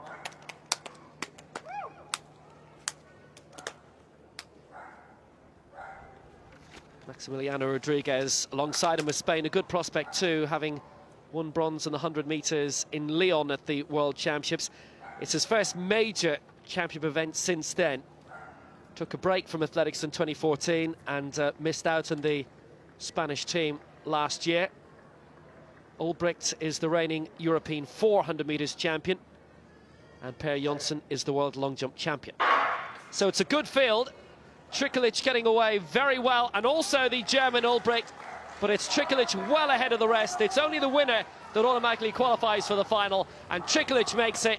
Ulbricht in second place, and Jonsson is in third. 11.36 unofficial. It's a decent time. It's not very close to his lifetime best, but it's about winning the semi-final and reaching the decider without any trouble. No, not out of the very highest bracket there for Trikalic, but when I see him run, Will, I always think that he looks every inch a sprinter. He's had considerable success over the years there. 11.35 into a headwind. He was pushed reasonably close by Thomas Ulbricht. Look at Rodriguez, by the way, he pulled up straight away. So he's pulled a hamstring, doesn't he? Trikalic on this near side, being pushed by Ulbricht, but ultimately winning relatively comfortably. A couple of metres or so, maybe not quite that, between first and second, but he's going to be going into the final. And now just has a chance to look at those who are going to be up against him, because another semi-final still to come. Yes, Trikalic easily through in the end. 11.35, good sprint out. Ulbricht should be safe as a fastest loser in 11.49. And Jonsson, he's the one who'll probably have to sweat the most. He's in the second and last fastest loser position at the moment. And his brother is in the second semi shortly.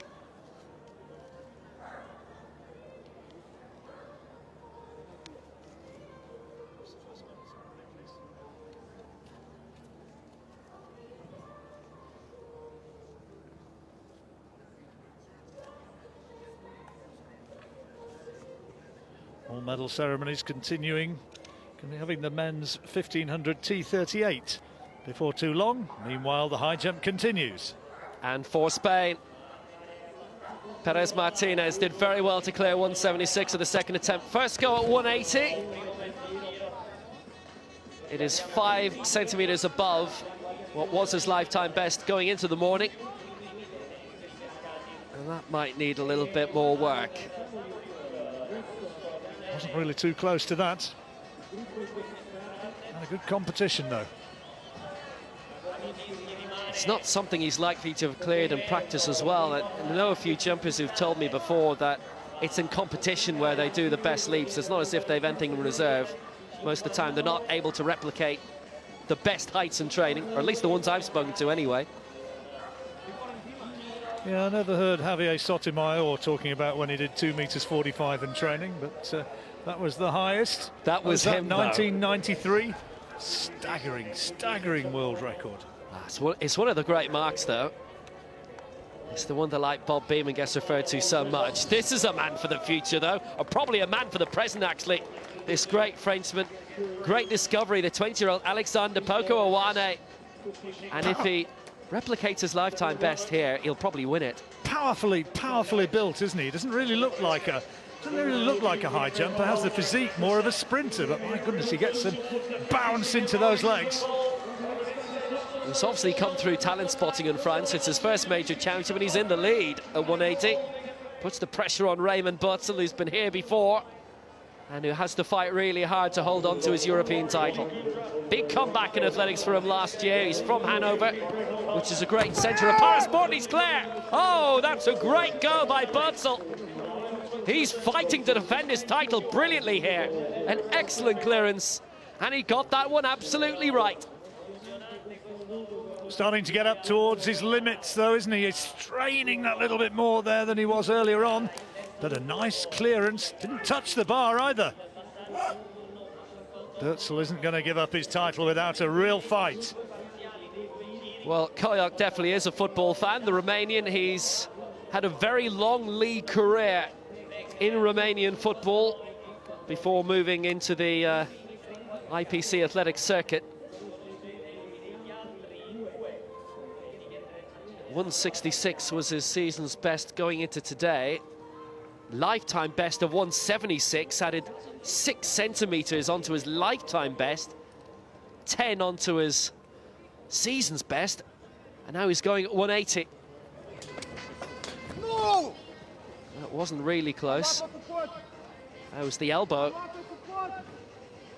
Well, something upset him. I don't know whether there was a bit of noise in the stadium, but he certainly was gesticulating to his coach to indicate something there was very wrong.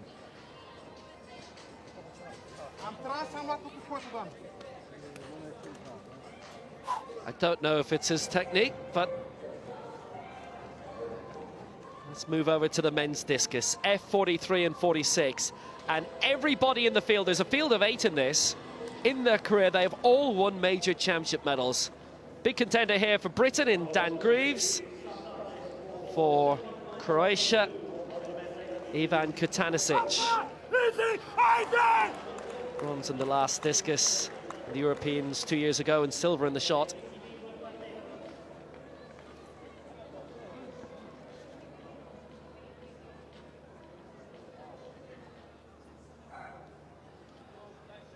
Pound for pound, it's probably the highest quality field that we have here, John.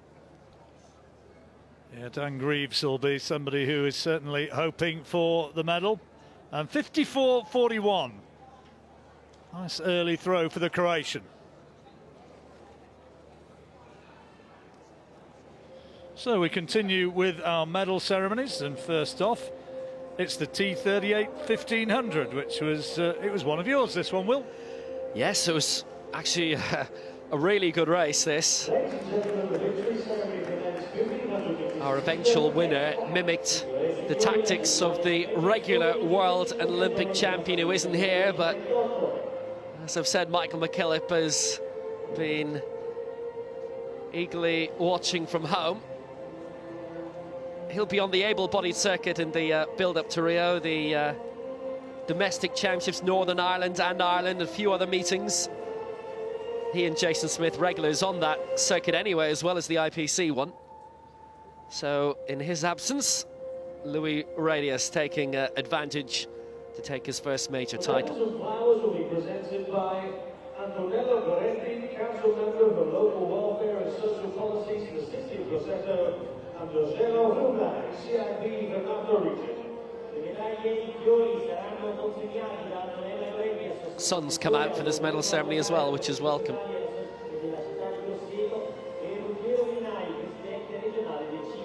It was distinctly brisk earlier, wasn't it? Altogether more clement conditions now. Still glad I brought my jacket.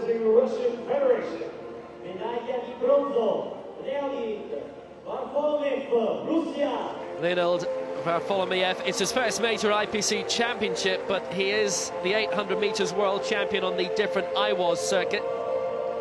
Claimed that in Sochi last year. They've got a decent stadium or two there. Varfolomeev with the bronze. Got quite stretched out this. It was in many ways a 2-horse race. Winner of the silver medal representing Denmark.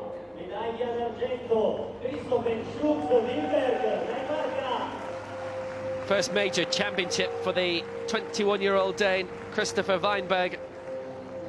They've got an improving programme there in Denmark. They're picking up medals here and there. And it is a silver for them here. For a man we're certain to see a lot of in years to come. It's their first medal of the week. Weinberg went away with our long-time leader, France. Medaglia d'oro, il nuovo campione europeo, Luis Radius, Francia. It was a championship record for Louis Radius of France. Silver in the 15 and the last two major championships in Swansea and in Doha. And now he is European champion.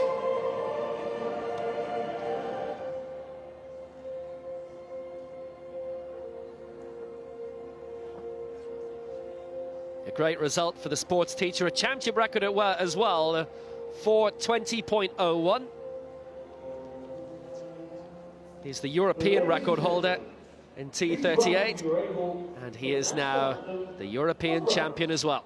Signore e signori, disponiamoci in piedi se possibile per l'inno nazionale della Francia.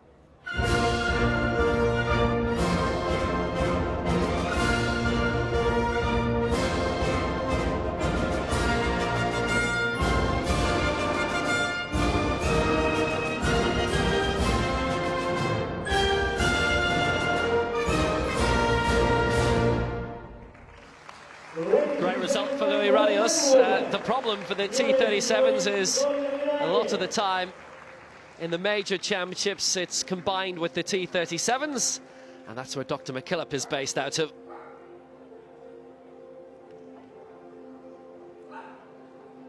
And he'll also have Brad Scott to deal with as well, who's regularly been up in the podium, normally in the second spot.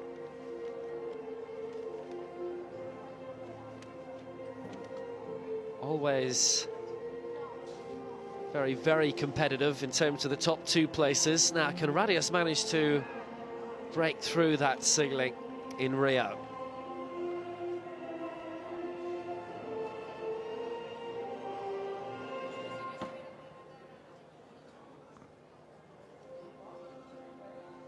So, a recent entry into the world of IPC racing. He comes away with a gold medal, and that'll be well reported on in France. Lovely piece of running, wasn't it, from Louis Radius? Medal ceremonies continue. And next we have some Polish celebration, because this is the women's 800 metres T20. And what a race it was. Terrific race. Last 400 metres, the dramatic head-to-head between Bernadette Biaksi of Hungary, 30-year-old, silver 2 years ago, and Arleta Melok of Poland.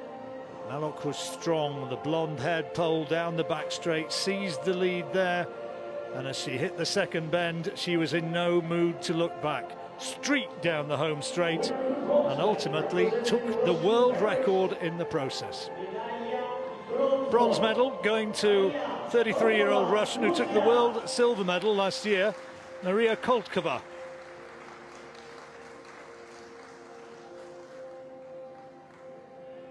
Fifth in the Europeans a couple of years ago, and this year getting herself onto the podium and taking the bronze.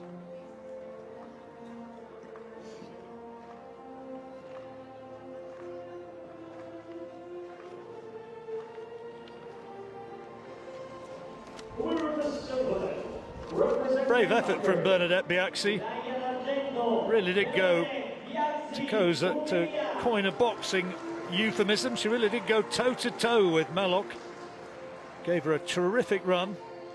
Twin sister Ilona, also a competitor. She took the silver medal in the 1500, Bernadette, 2 years ago. This time taking the silver in the 800 and setting a lifetime best in the process. So a terrific run from her. But she was beaten by a truly exceptional run.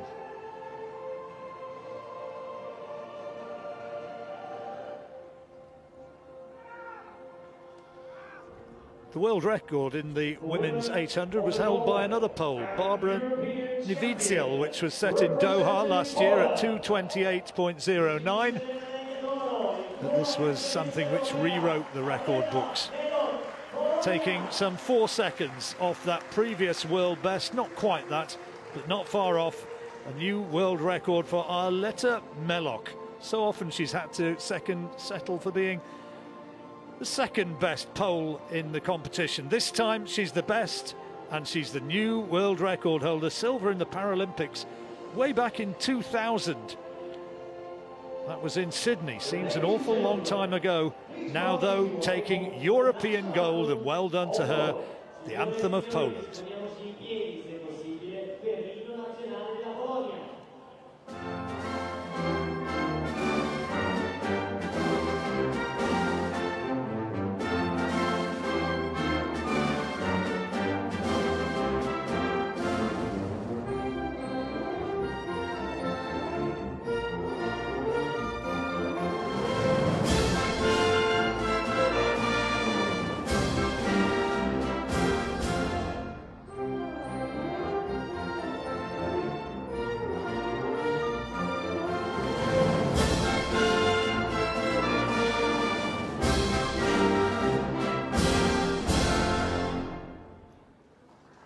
The T20 category for athletes of intellectual impairment. And the striking-looking pole, Arletta Mellock, taking the gold medal. And a terrific race it was. Brave effort from Bernadette Biaxi, but Mellock into the record books and once again taking a medal. But this time, for the first time in major championship, she takes the gold. And she'll not be forgetting that in a hurry. Yeah, the best things come to those who wait. Arletta Mellock and Louis Radius upgrading their regular silvers to golds today. Mellock in the women's 800 T20, which T20 I think provides brilliant racing the whole time. And Louis Radius with victory in that men's 1500 T38. Conor McIlveen of Derry Track Club was 6th in that for Ireland. Normally there is Irish representation of a different kind, and we'll see Michael McKillop back in a few months' time. And now we have another outstanding performance, and an athlete who's set to be dominant, I think, through the week here in these European Championships. Henri Mani of Finland, who took the gold medal in the men's 400 metres T34.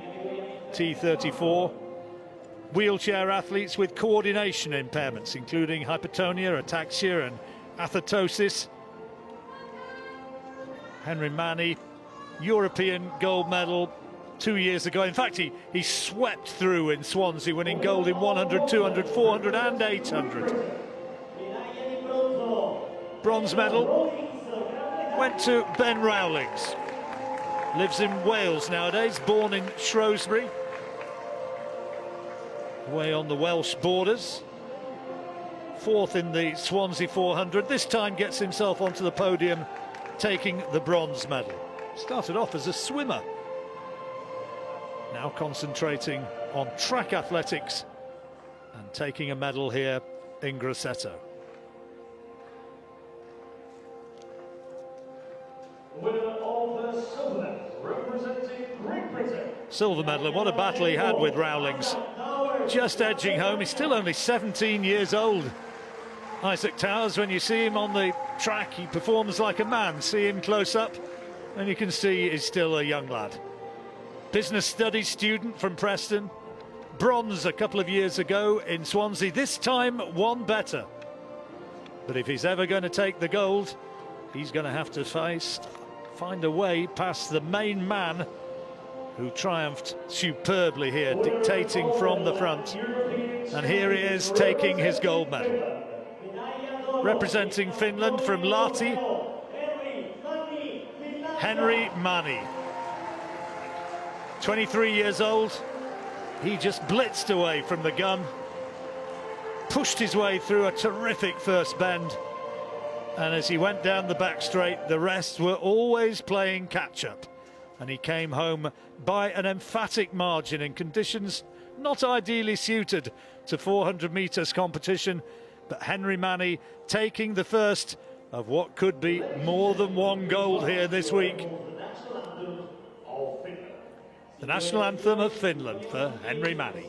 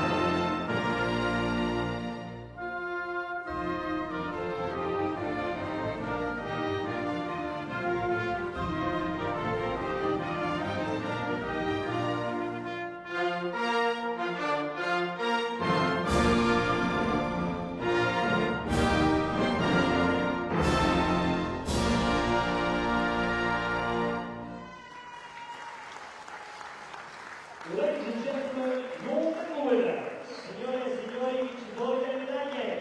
Sporting applause from the crowd.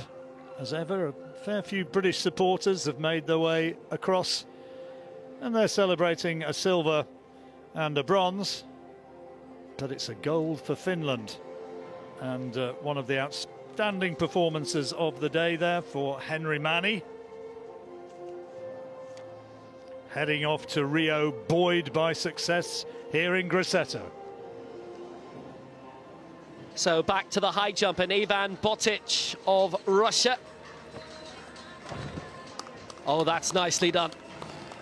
Keeps him in prime contention for a medal here.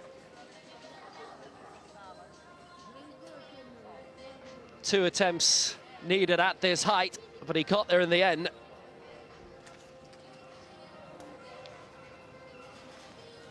Keeps him in the podium for now. But this is the man who looks as if he's going to finish top of it. Tepoko Akwane, his first attempt at 183. Oh, look at that. Clean as a whistle again, wasn't it? He's jumping really well here today. It's about getting your preparations and peaking at absolutely the right time, and this fella is doing. Well, he's putting massive pressure on Butzel and Botvic. The distance he had, clear of that. It's a new championship record. And here's Dan Greaves coming up in the discus. Well, he's a 60-metre thrower. And is he going to be able to produce something of that sort of ilk here? Confident, extrovert sort of man away from competition. It was a long time before he went through that 60-metre barrier, which psychologically was a big one for him, I think. But he might not need to go as far as that to triumph today. That looks a decent one, though. He's not too far away from that mark. Well, 56 metres. It's good enough to put him in front. It's a points event as well, because there's a few additional athletes from other categories in it. Well, this is the second of the men's 100 metres T12s. Tobias Jonsson of Sweden, Artem Loginov of Russia, and Gabriel Potra of Portugal. And the times they're looking for, well, Fedor Trikalic won the first of these semi-finals. The time he posted into a bit of a headwind was 11.35. The winner will qualify as of right for the final. Fastest times behind that, though, also important. 2 quickest qualifiers behind that will also go through. Thomas Ulrich. Ulrich came through from the first. Ulbricht in 11.49. This could be a competitive sort of 100 metres, this one. Tobias Jonsson in lane 3. Took a bronze medal in the long jump back in 2014. He's going to be starting from lane 3. So we turn our attention back to our track events. There he is, just walking back into picture. He was 5th in the 100 metres in Swansea. 6th as well in the 200 metres. There alongside him, Artem Loginov of Russia, 24 years old. European silver in 100 metres, 200 metres he took the bronze, and a relay gold medal in Swansea. Good athlete, this one. He's a sub-11 second man at his best.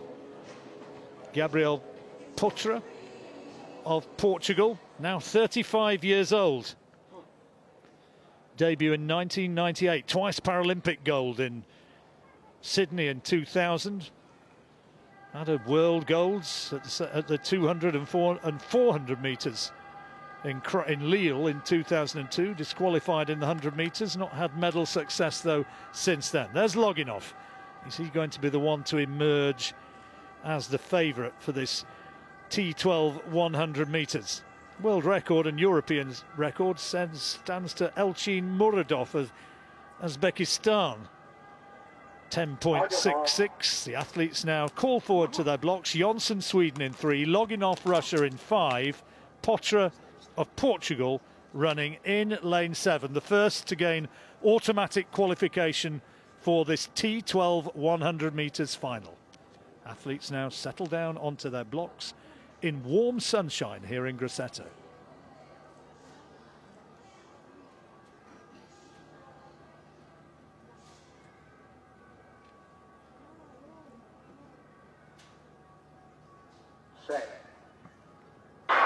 The breeze has dropped a little bit from earlier. Loginov looks as though he gets out of his blocks well in lane 5, and he heads the field now and he's starting to come away.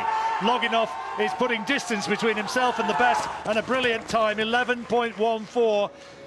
11.14 confirmed as the time, and that's, I think, into a slight head breeze, and the rest of them, just the other two, just have to wait and see if their times are going to be quick enough to put them into the final. But that's significantly quicker than Trikolic. 11.14 coming up as the time. Looking for confirmation. In fact, it's been rounded down to 11.13. But you see a great start. Absolutely fantastic. He's been here before, loads of major international success, and he was looking for the best time and the best draw for the final. Unfortunately, both Jonssons have finished third in their semi-final, so I doubt if either have made it. But what a brilliant time. It's actually not very far away from his lifetime best, which is 10.95. He's inside 0.2 of a second of that. Confirmation of the result, 11.13. Potra getting home in second place. Season's best for him. Well, this is the man who's primed to take glory. The spectator as opposed to the man about to jump. Bertzel, third and final attempt at 183. And he will not take gold. He's no longer the European champion. And Alexander Pokuawane watching from the side, clearing 183 at the first attempt and doing it with ease. Bertzel's got as high as he could go. Matched his season's best in the previous round of 180. But the European champion has been dethroned, and he was watched by his successor. It's been a few minutes since we've had a medal ceremony. Men's 100 metres, T52 here, wheelchair athletes. And the great Swiss, Beat Bursch, 1872. He took the gold medal here.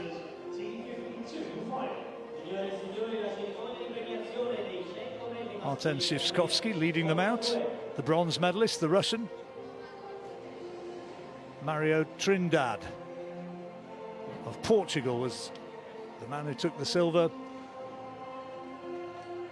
But Beat Bursch taking his place, centre of the podium. Now, I guess, approaching veteran status, but winning emphatically here with 18.72, his winning time. Looked good, didn't he?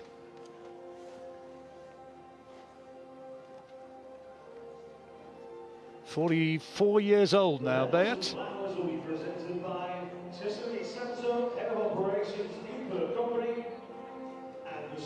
Didn't look like a 44-year-old out on the track. But he's been racing from a time where wheelchair racing was probably a curiosity to some, to being a really big deal.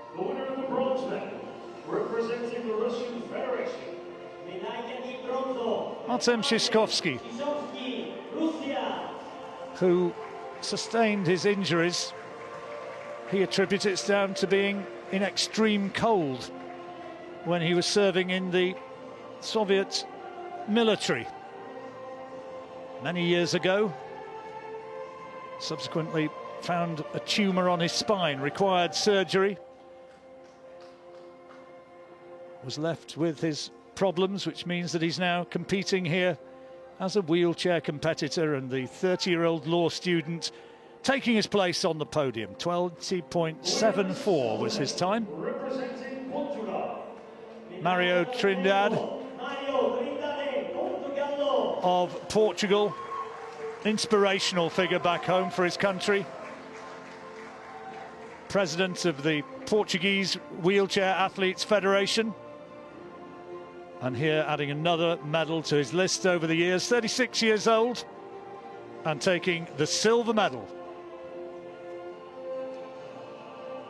I'm doing him a favour calling him 36. He's 41. Whisper it quietly. Winner of the gold medal and European champion representing. He takes the silver, there he is. And the gold goes to the man who was favourite before. You could call him 44 years young. Beat Busch, the German-speaking Swiss athlete, 18.72 his winning time. Proudly receiving the gold medal. And in the race, it has to be said, he never really looked like losing it. The first 20 metres or so, Trindade was up against him and maybe even briefly headed him, but once Busch, those years of practice, the honed technique and the huge upper body strength, once he got into his stride, he just blasted away from the field to take the gold. And a winning time into a big headwind of 2.5 metres at that time, 18.72. And as a result of that, he hears the national anthem of Switzerland.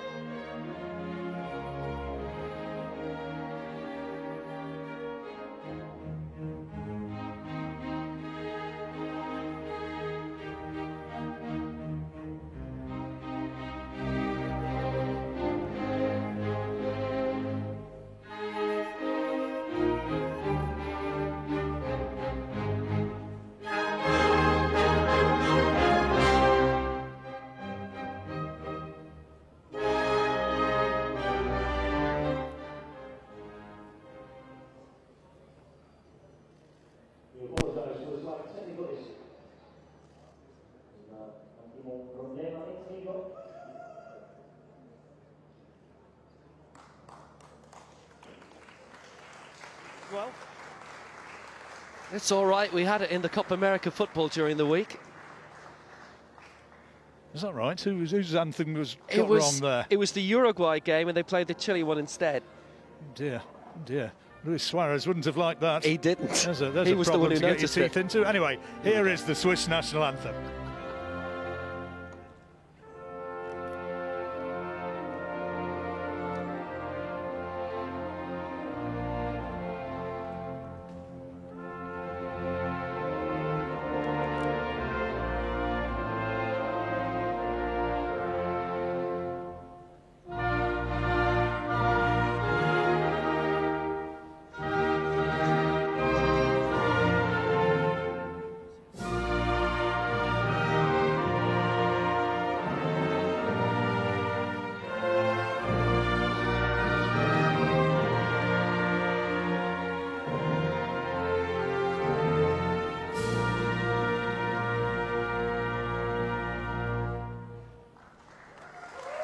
Medals galore for Beat Busch, and another one here, gold medal in the T52 100 metres. And I don't think he's going to forget that presentation ceremony. He's seen it with a smile, unfortunately saw the funny side of a little error. We all make mistakes. I was wondering why I didn't recognise it.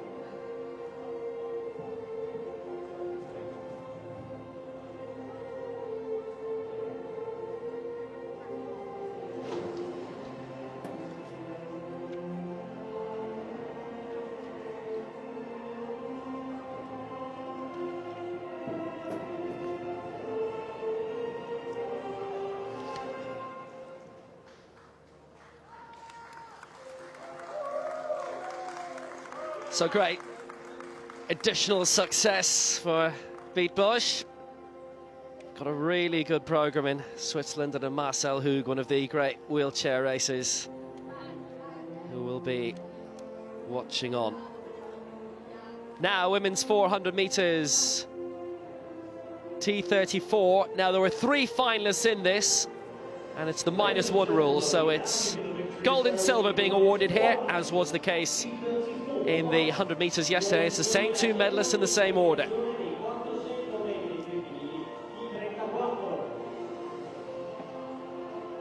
This was a good race. It was nice and tight. There was only 400s between them in the end. Cracking race, wasn't it? Carly Tate was gutted to finish second to Duranina in the 100 metres. I think she really thought she was going to take the gold. And I think probably when they got to this final, she was 4 seconds quicker on personal best. She must have thought, this is where I get my revenge. Not to be. This is a terrific emerging talent.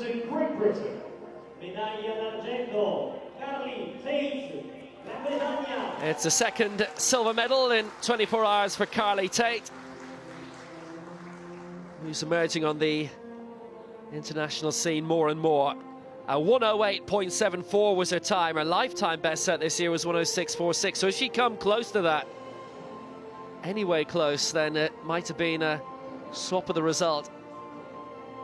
Barely the width of a tyre between the two in the end.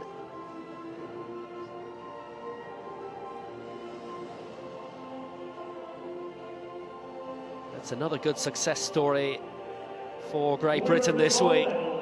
This is quite a story.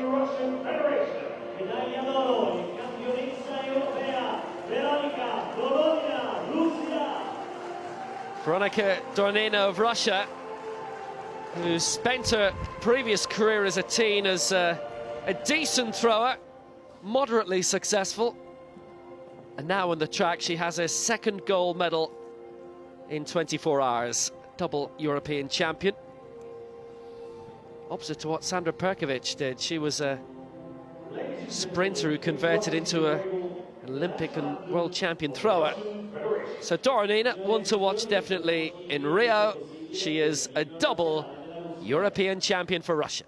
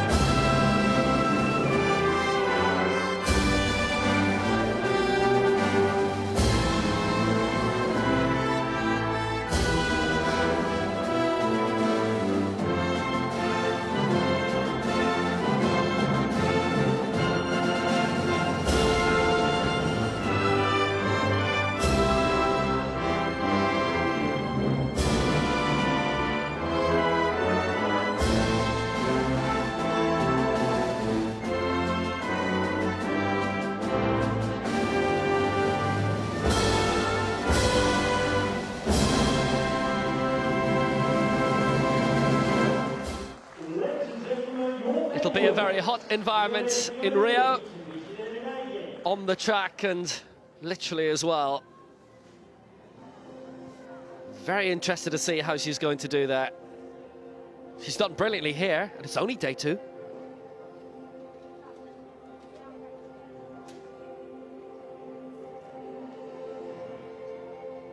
So they make their way away from the podium. One more medal ceremony to come. High jump and discus competitions you've been enjoying with us here. They reaching their conclusion. I'm bringing you the action from that after this next medal ceremony, which is for one of the great IPC athletics, Igor Sharov of Russia. One Russian winner and another Russian winner coming up. Russia, the the dominant factor so far in these championships here this week. And they won 41 gold medals in Swansea, almost half the amount on offer. 9 gold medals for them so far here this week, and 22 medals in all. And they've another 2 more to add to the collection here. Poland have 7 golds, which is really exceptional. Well, this was perhaps the performance of the morning that we've seen here. Igor Sharov in the T13 men's 800 metres for visually impaired athletes. Sharov, who won silver in the 2012 Paras, gold in the Worlds in 2013, European champion in 2014, gold in the Worlds in 2015, and here today, atoning, or rather adding, another gold medal, defending his title. Brilliant performance. The bronze medal going to Abel Curap of Romania. He set a personal best in clocking a time of 2 minutes 5.61 seconds. Says he loves individual sport rather than team sport. He likes to be in a situation where you take responsibility for your own mistakes and at the same time take all the credit for your personal triumphs.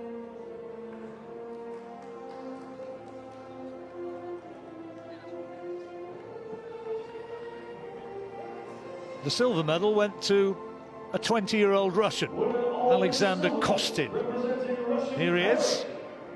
Clocked a time of 2:00.36. Good footballer.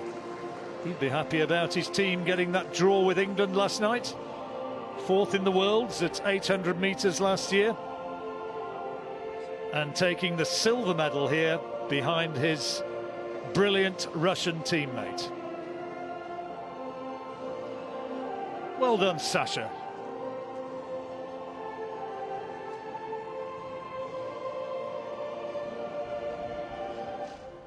Winner of the gold medal and European champion representing... But the gold medal will be going to London, going to Rio, trying to atone for the disappointment of silver 4 years ago in London at this distance.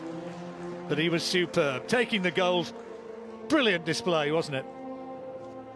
I mean, he's a real dominant force, and it's a big pointer to the rest as to how Rio is going to go. You come to an event like this, a Europeans, which is normally a massive event in its own right, but it's the 2nd biggest championship of the year. You come, you win, you dominate, and you let the rest know. Championship record of 1:55.26 for Igor Sharov of Russia.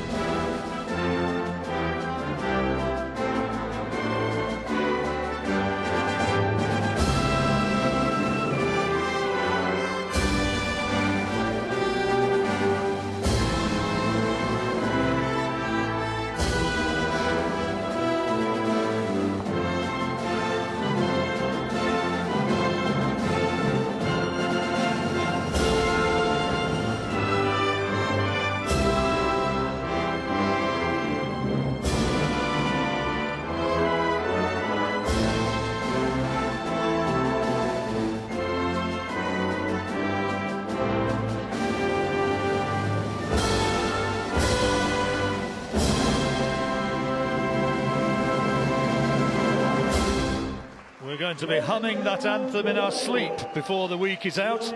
Another terrific Russian triumph. Gold and silver. Alexander Kostin taking the silver, and the man centre picture. Tall, elegant runner picking up yet another gold medal and moving on towards Rio clearly in tremendous form. Igor Sharov.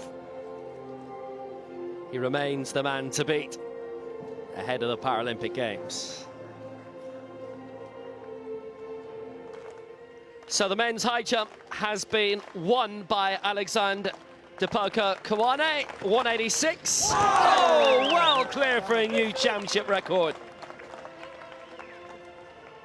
Well, the European record is 10 centimetres away now, belonging to Reinhold Bertzel. But in his first major championship, and with quite a bit to spare, this talented young Frenchman is going a long way. And actually, that's a lifetime best as well. It was 185 going into this. Third attempt. And back to Dan Greaves in the discus. Fourth in Doha, but the reigning European champion, also won the Commonwealth Games gold 2 years ago. Silver in Lyon, silver in London. World champion most recently in 2011, but absolutely dominating the field here. He's looking very, very good, John. That looks a big one. 60 metres is kind of the benchmark. He'd love to go beyond that, and he knows that's good. He knows it's good, and it's a long one. The power and the coordination required to deliver that throw. And he was clearly very happy the moment that left his hand. Well, it's round 3, 58.15. It is going down to points. The rest of those that the points would affect are well down as we go back to the high jump. And the bar is raised to 188. Depoko Akwane going for another championship record. Is there no stopping this man? 20 years old and flying over again. There's a bit of a roar of appreciation from those down there following that high jump competition. He just grazed it as he went over, but he's come here absolutely banging form. By just a whisker. Over at the first attempt, he needed 3 at 186. But he's got the technique right again.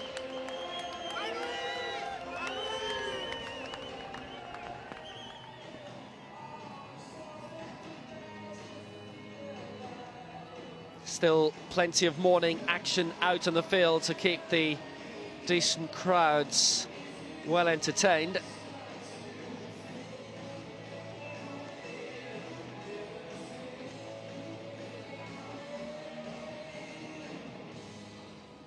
Well, we've seen Dan Greaves dominating the men's discus.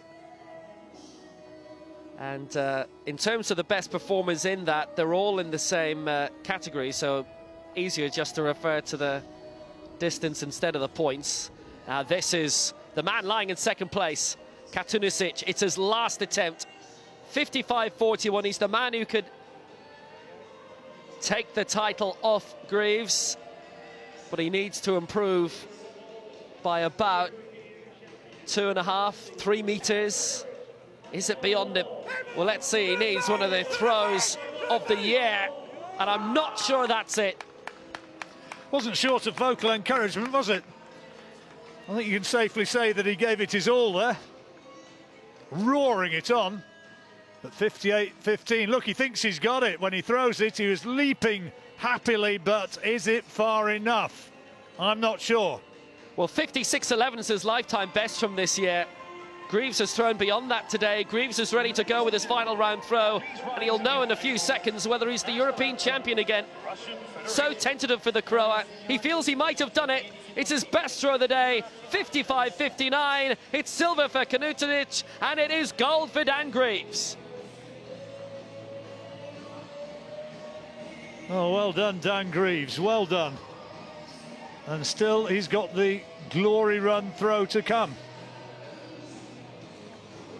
The man from Zagreb, whose other half is really good international hammer throw in his day, Katunisic, couldn't get beyond the 58 meters that Greaves has done, 58.15. And this is the lap of honor, really, the final throw for the man who is European champion again.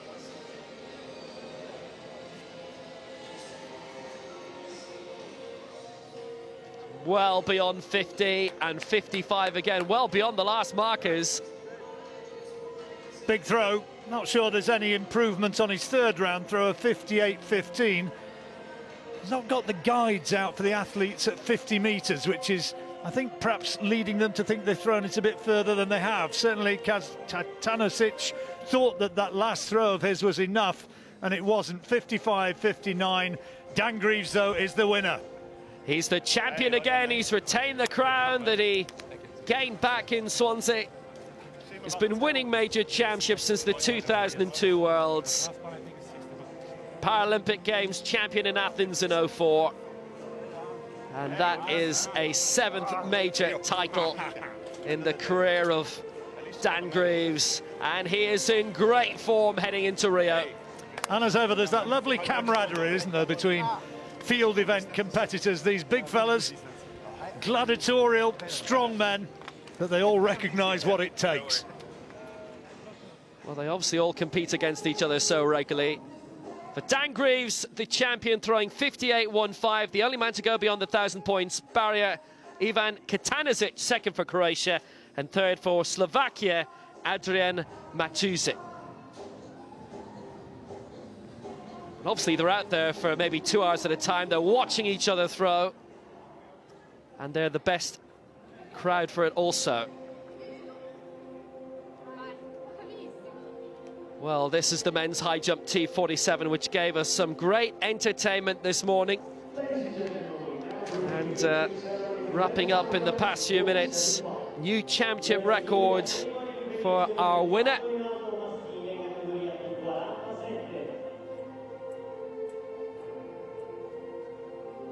Season's best actually all the way for our top 3. Yeah, 188. Depoko Owane cleared. He had 3 attempts at 190, which rounded off while we were concentrating on the discus. He missed them all, but he's set 2 championship records today. He can't be too greedy, and he's the European champion as well, and he's only 20. It's an all right morning's work. And the other boys are big, strong men. He's a bit of developing to do, Depoko, but he's light on his feet. Bronze medal representing the Russian Federation. For Russia, Ivan Botvich. It's an improvement of 1 place from the World Championships in Doha. He takes 3rd here.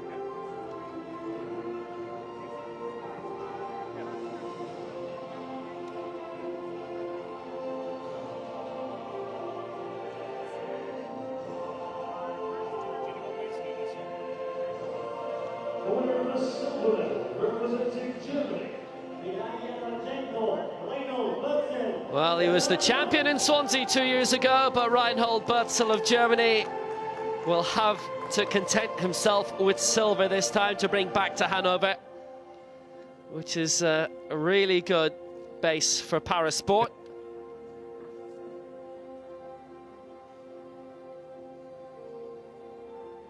The 2002 world champion. The winner of the gold medal and European champion, representing France.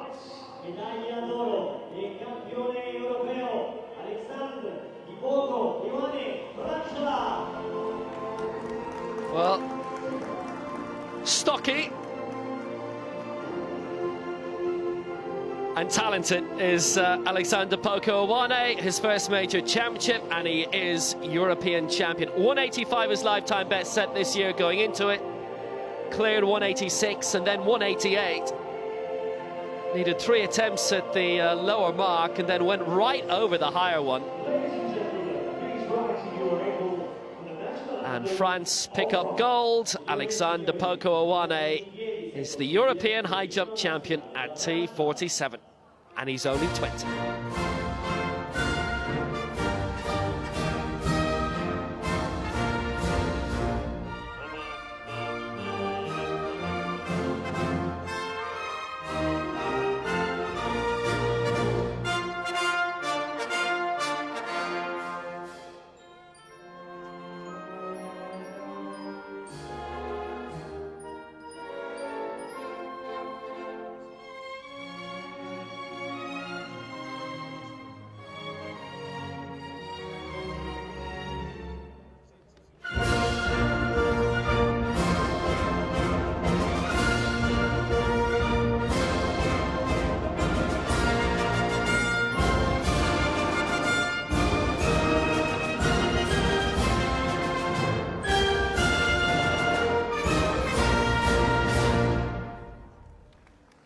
Yeah, it's one of the great national anthems. And today it belongs to Alexander Poco Owane.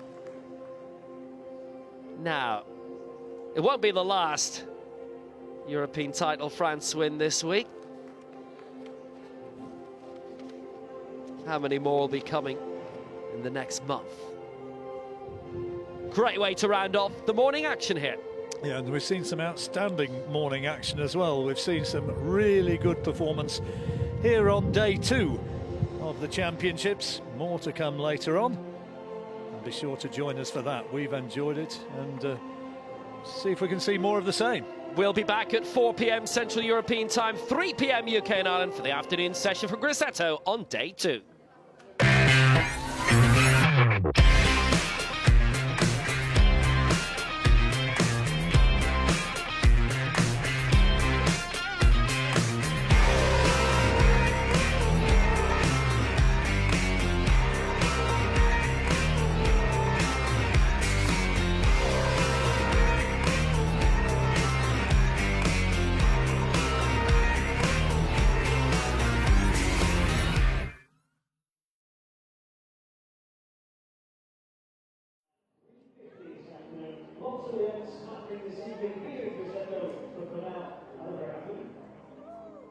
Signori, andiamo a concludere questa terza sessione di gare e ci concentriamo in attesa di ritrovarci nel pomeriggio per vivere la seconda giornata di questi campionati europei di atletica leggera su pista dell'IPC qui a Grosseto, allo stadio Recchi.